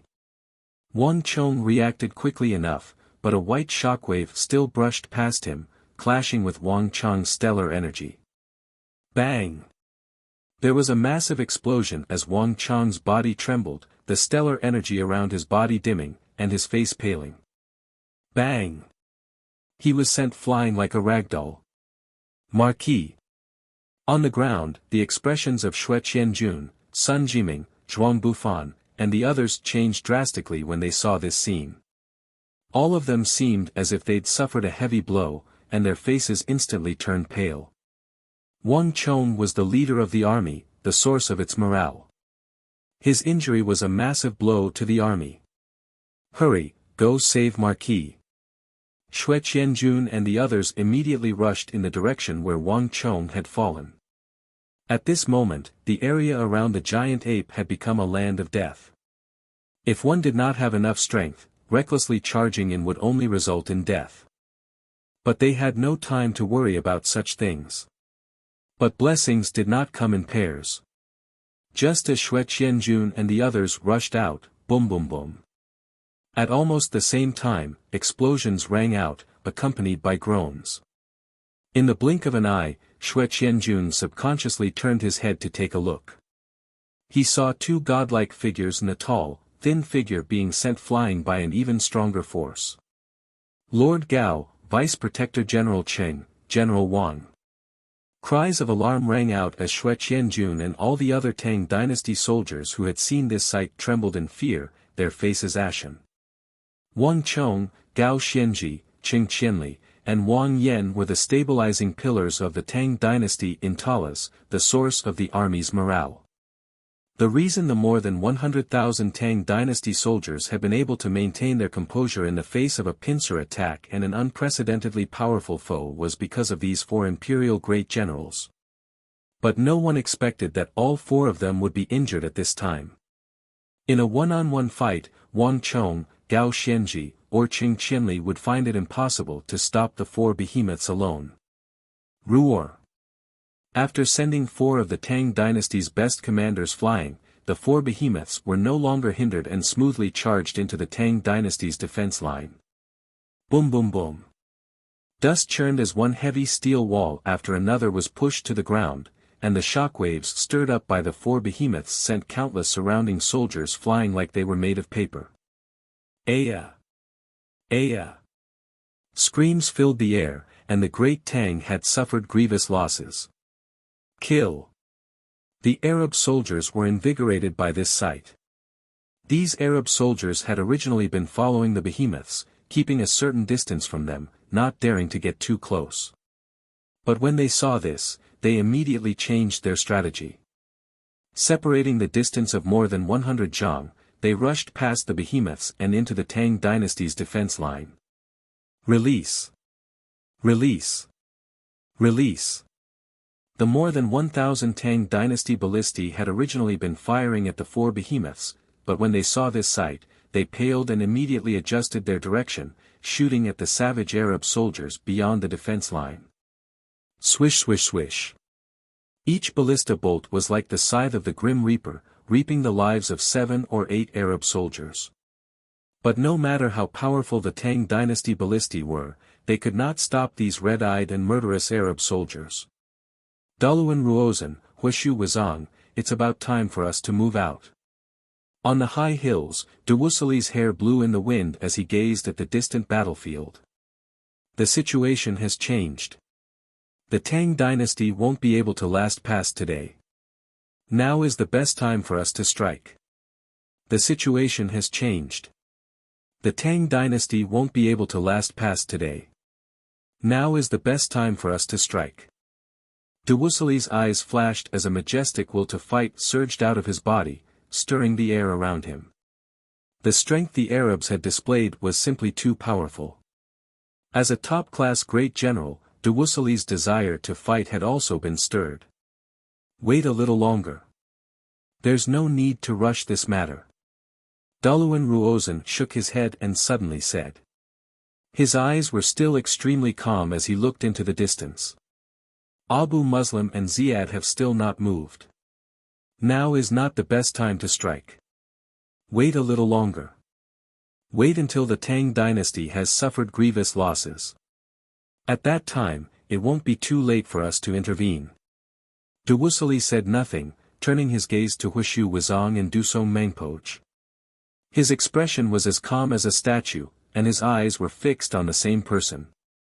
It was clear that he was following Daluan Ruozhen's lead. Humph! With a cold snort, Dewusili flew into the air, and before anyone could react, he was already riding his mighty Turkic steed toward the rear of the great Tang army as if it were flat ground. Dewusili! Behind him, Huishu Wuzong and Dusong Mengpoch both grimaced at this sight, and they subconsciously called out to him. But Dewusili was so fast that in the blink of an eye, he had left a cloud of dust in his wake. There's no need to persuade him. Don't you see that he's alone? He didn't bring a single Turkic soldier with him. Chapter 979. Dewusili was far smarter than many people imagined. Daluan Ruozhen wanted to preserve his strength, and Dewusili valued his soldiers even more than he did. Thus, despite his fierce words, Dewusili had no intention of sending his own soldiers. This could fool others, but not Daluan Ruozhen. The two of them stared at Dewusili's back in understanding. So Prime Minister already guessed that he would strike? Huishu Wuzong said. Daluan Ruozhen only smiled. His gaze swept over the front of the battlefield, but as it passed over the distant defense line, a hint of gloominess appeared on his face. The Arabian Empire was simply too powerful. In this long-distance raid to the city of Talas, Daluan Ruozhen had originally believed that he and Wang Chong would have a decisive battle, a contest of strategy, and tactics. In this world, both Daluan Ruozhen and Wang Chong were top-class tacticians, and those who could compete with them were as rare as phoenix feathers and Qilin horns. This was a contest between the wise, and Daluan Ruozan had been very much looking forward to it. Day and night in the Uzan royal capital's prison, Daluan Ruozan had not waited for a single moment for this moment to arrive. But it was now apparent that this wish was destined to come to naught. The strength the Arabian Empire had displayed was far too enormous. This sort of strength suppressed all tactics, strategies, and schemes, rendering all schemes useless. Even someone as proud and conceited as Daluan Ruozan couldn't help but feel fear and apprehension. Only the Tang dynasty and Wang Chong could last so long under such fierce attacks. Any other faction, not even the Uzan Empire or the Western Turkic Khaganate, would have been able to last so long. It's a pity that the Tang dynasty is destined to fail. Although I cannot defeat you in person to fulfill my long-cherished wish, it is enough for me to witness your death and watch your last journey. Daluan Ruozan sighed deeply. He knew that Wang Chong's fate truly did not bode well. Although he was unwilling to admit it, Daluan Ruozan couldn't help but feel a deep sense of regret at seeing Wang Chong die at the hands of the Arabs. Kill. In front of the defense line in the distance, the battle cries were deafening. The situation that the 100,000 troops of the Tang dynasty were facing was much more dangerous and perilous than anyone had imagined. Kill these heathens. Tens of thousands of Arab cavalry surged past the defense line and into the Tang dynasty ranks. In the past, the Arabs would have had to pay a heavy price to cross this defense line, but now, large gaps had appeared in the Tang dynasty's defense line, and the orderly and well-fortified Tang dynasty phalanxes were in shambles under the charge of the behemoths. Warning! The battle is about to be lost. 20,000 Tang dynasty soldiers have died. Warning! The battle is about to be lost. Talas is about to be lost. User is about to be obliterated. Final warning. If the battle is lost, all users' destiny energy will be erased. At the same time, all users' imprints will be erased. A series of callous and emotionless voices rang out in Wang Chong's mind. The terrifying white shockwaves of the giant ape sent Wang Chong plummeting several hundred zhang away like a ragdoll. The wind howled on both sides, and the airflow surged. Countless lights and shadows flew past his ears, and at that moment, time seemed to slow down countless times. Wang Chong's head was down, and he could see the entire battlefield. He could see the roaring skyquaking giants striding toward the last giant ballista, and he could also see the chaos of the Tang dynasty army. As he looked closer, Wang Chong could see countless cavalry fleeing in panic, some from the Tang dynasty and others from the mercenaries. All of them had pale faces and panic in their eyes. The four giant beasts had completely destroyed everyone's confidence. Roar! The behemoths roared, and as his gaze followed the fleeing cavalry, Wang Chong saw an endless sea of red. Severed limbs littered the earth, human corpses, horse corpses, countless pairs of eyes weakly staring up at the sky. And beneath these severed limbs, Wang Chong could see rivers and lakes of blood flowing in all directions. Thousands upon thousands of broken weapons and halberds were thrust into the ground, their banners stained red as they were trampled under the feet of the Arab soldiers. Further ahead, near the first defense line, Wang Chong could see the devastation of the battlefield. The eyes of the other three behemoths were scarlet, and their massive paws and feet blotted out the sun as they smashed down again and again. The attacks of these three behemoths caused even the sturdiest ground of Talas to crack, and boulders weighing 1,000 jin were thrown 10 zhang into the air by the shockwaves of the explosions. In the face of such ferocious power, the strength of a human was far too petty and insignificant. This was not something that any shield soldier or cavalry could contend against. This was the place where the Tang dynasty soldiers had suffered the most casualties. Even Gao Xianji, Qing Qianli, and his father Wang Yan had been sent flying. Wang Chong could see that they were frantically trying to say something to him, but Wang Chong could hear nothing. He could only see the endless corpses on the ground and the despairing and lifeless eyes of the dead. In that instant, a boundless pain surged into his heart. Am I about to fail? As a bolt of lightning flashed through his mind, Wang Cheng's heart trembled, and the pain made it hard for him to breathe. Soldiers were the Tao of life and death, the principle of survival and destruction. It was common sense for a general to die on the battlefield. Wang Cheng had originally believed that other than victory, reversing the desperate tide, changing the fate of Talas, and saving the Tang dynasty, he could ignore everything else, calmly view them all. But when he saw the corpses strewn across the ground, especially the corpses of the soldiers, Wang Cheng was able to recognize them, even recognize their names. Some of these people had followed him from the southwest and had never retreated a single step. They had absolute faith in him, even more faith in him than in himself, but in the end, they had died here. An intense electric current ran from his toes to his hair. Wang Cheng's entire body trembled as he felt a pain that came from the depths of his soul. These were the strongest soldiers he had raised. They should not have died here. He had prepared for at least half a year for this battle. 3,000 Tang dynasty ballistae, 5,000 elite Wuxian cavalry armed to the teeth, and many mercenaries and well-trained protectorate soldiers, this battle should have been a complete victory. Just what had gone wrong? It shouldn't have been like this. It definitely shouldn't have been like this. Countless thoughts flew through his mind. Wang Cheng's eyes were wide open as he clenched his fists. The Tang dynasty's defense line had already been broken, and the steel defense line that he had personally set up was useless. Even though they had done all they could, they had still been unable to stop the 4 terrifying behemoths. Even he himself had been sent flying by the behemoths.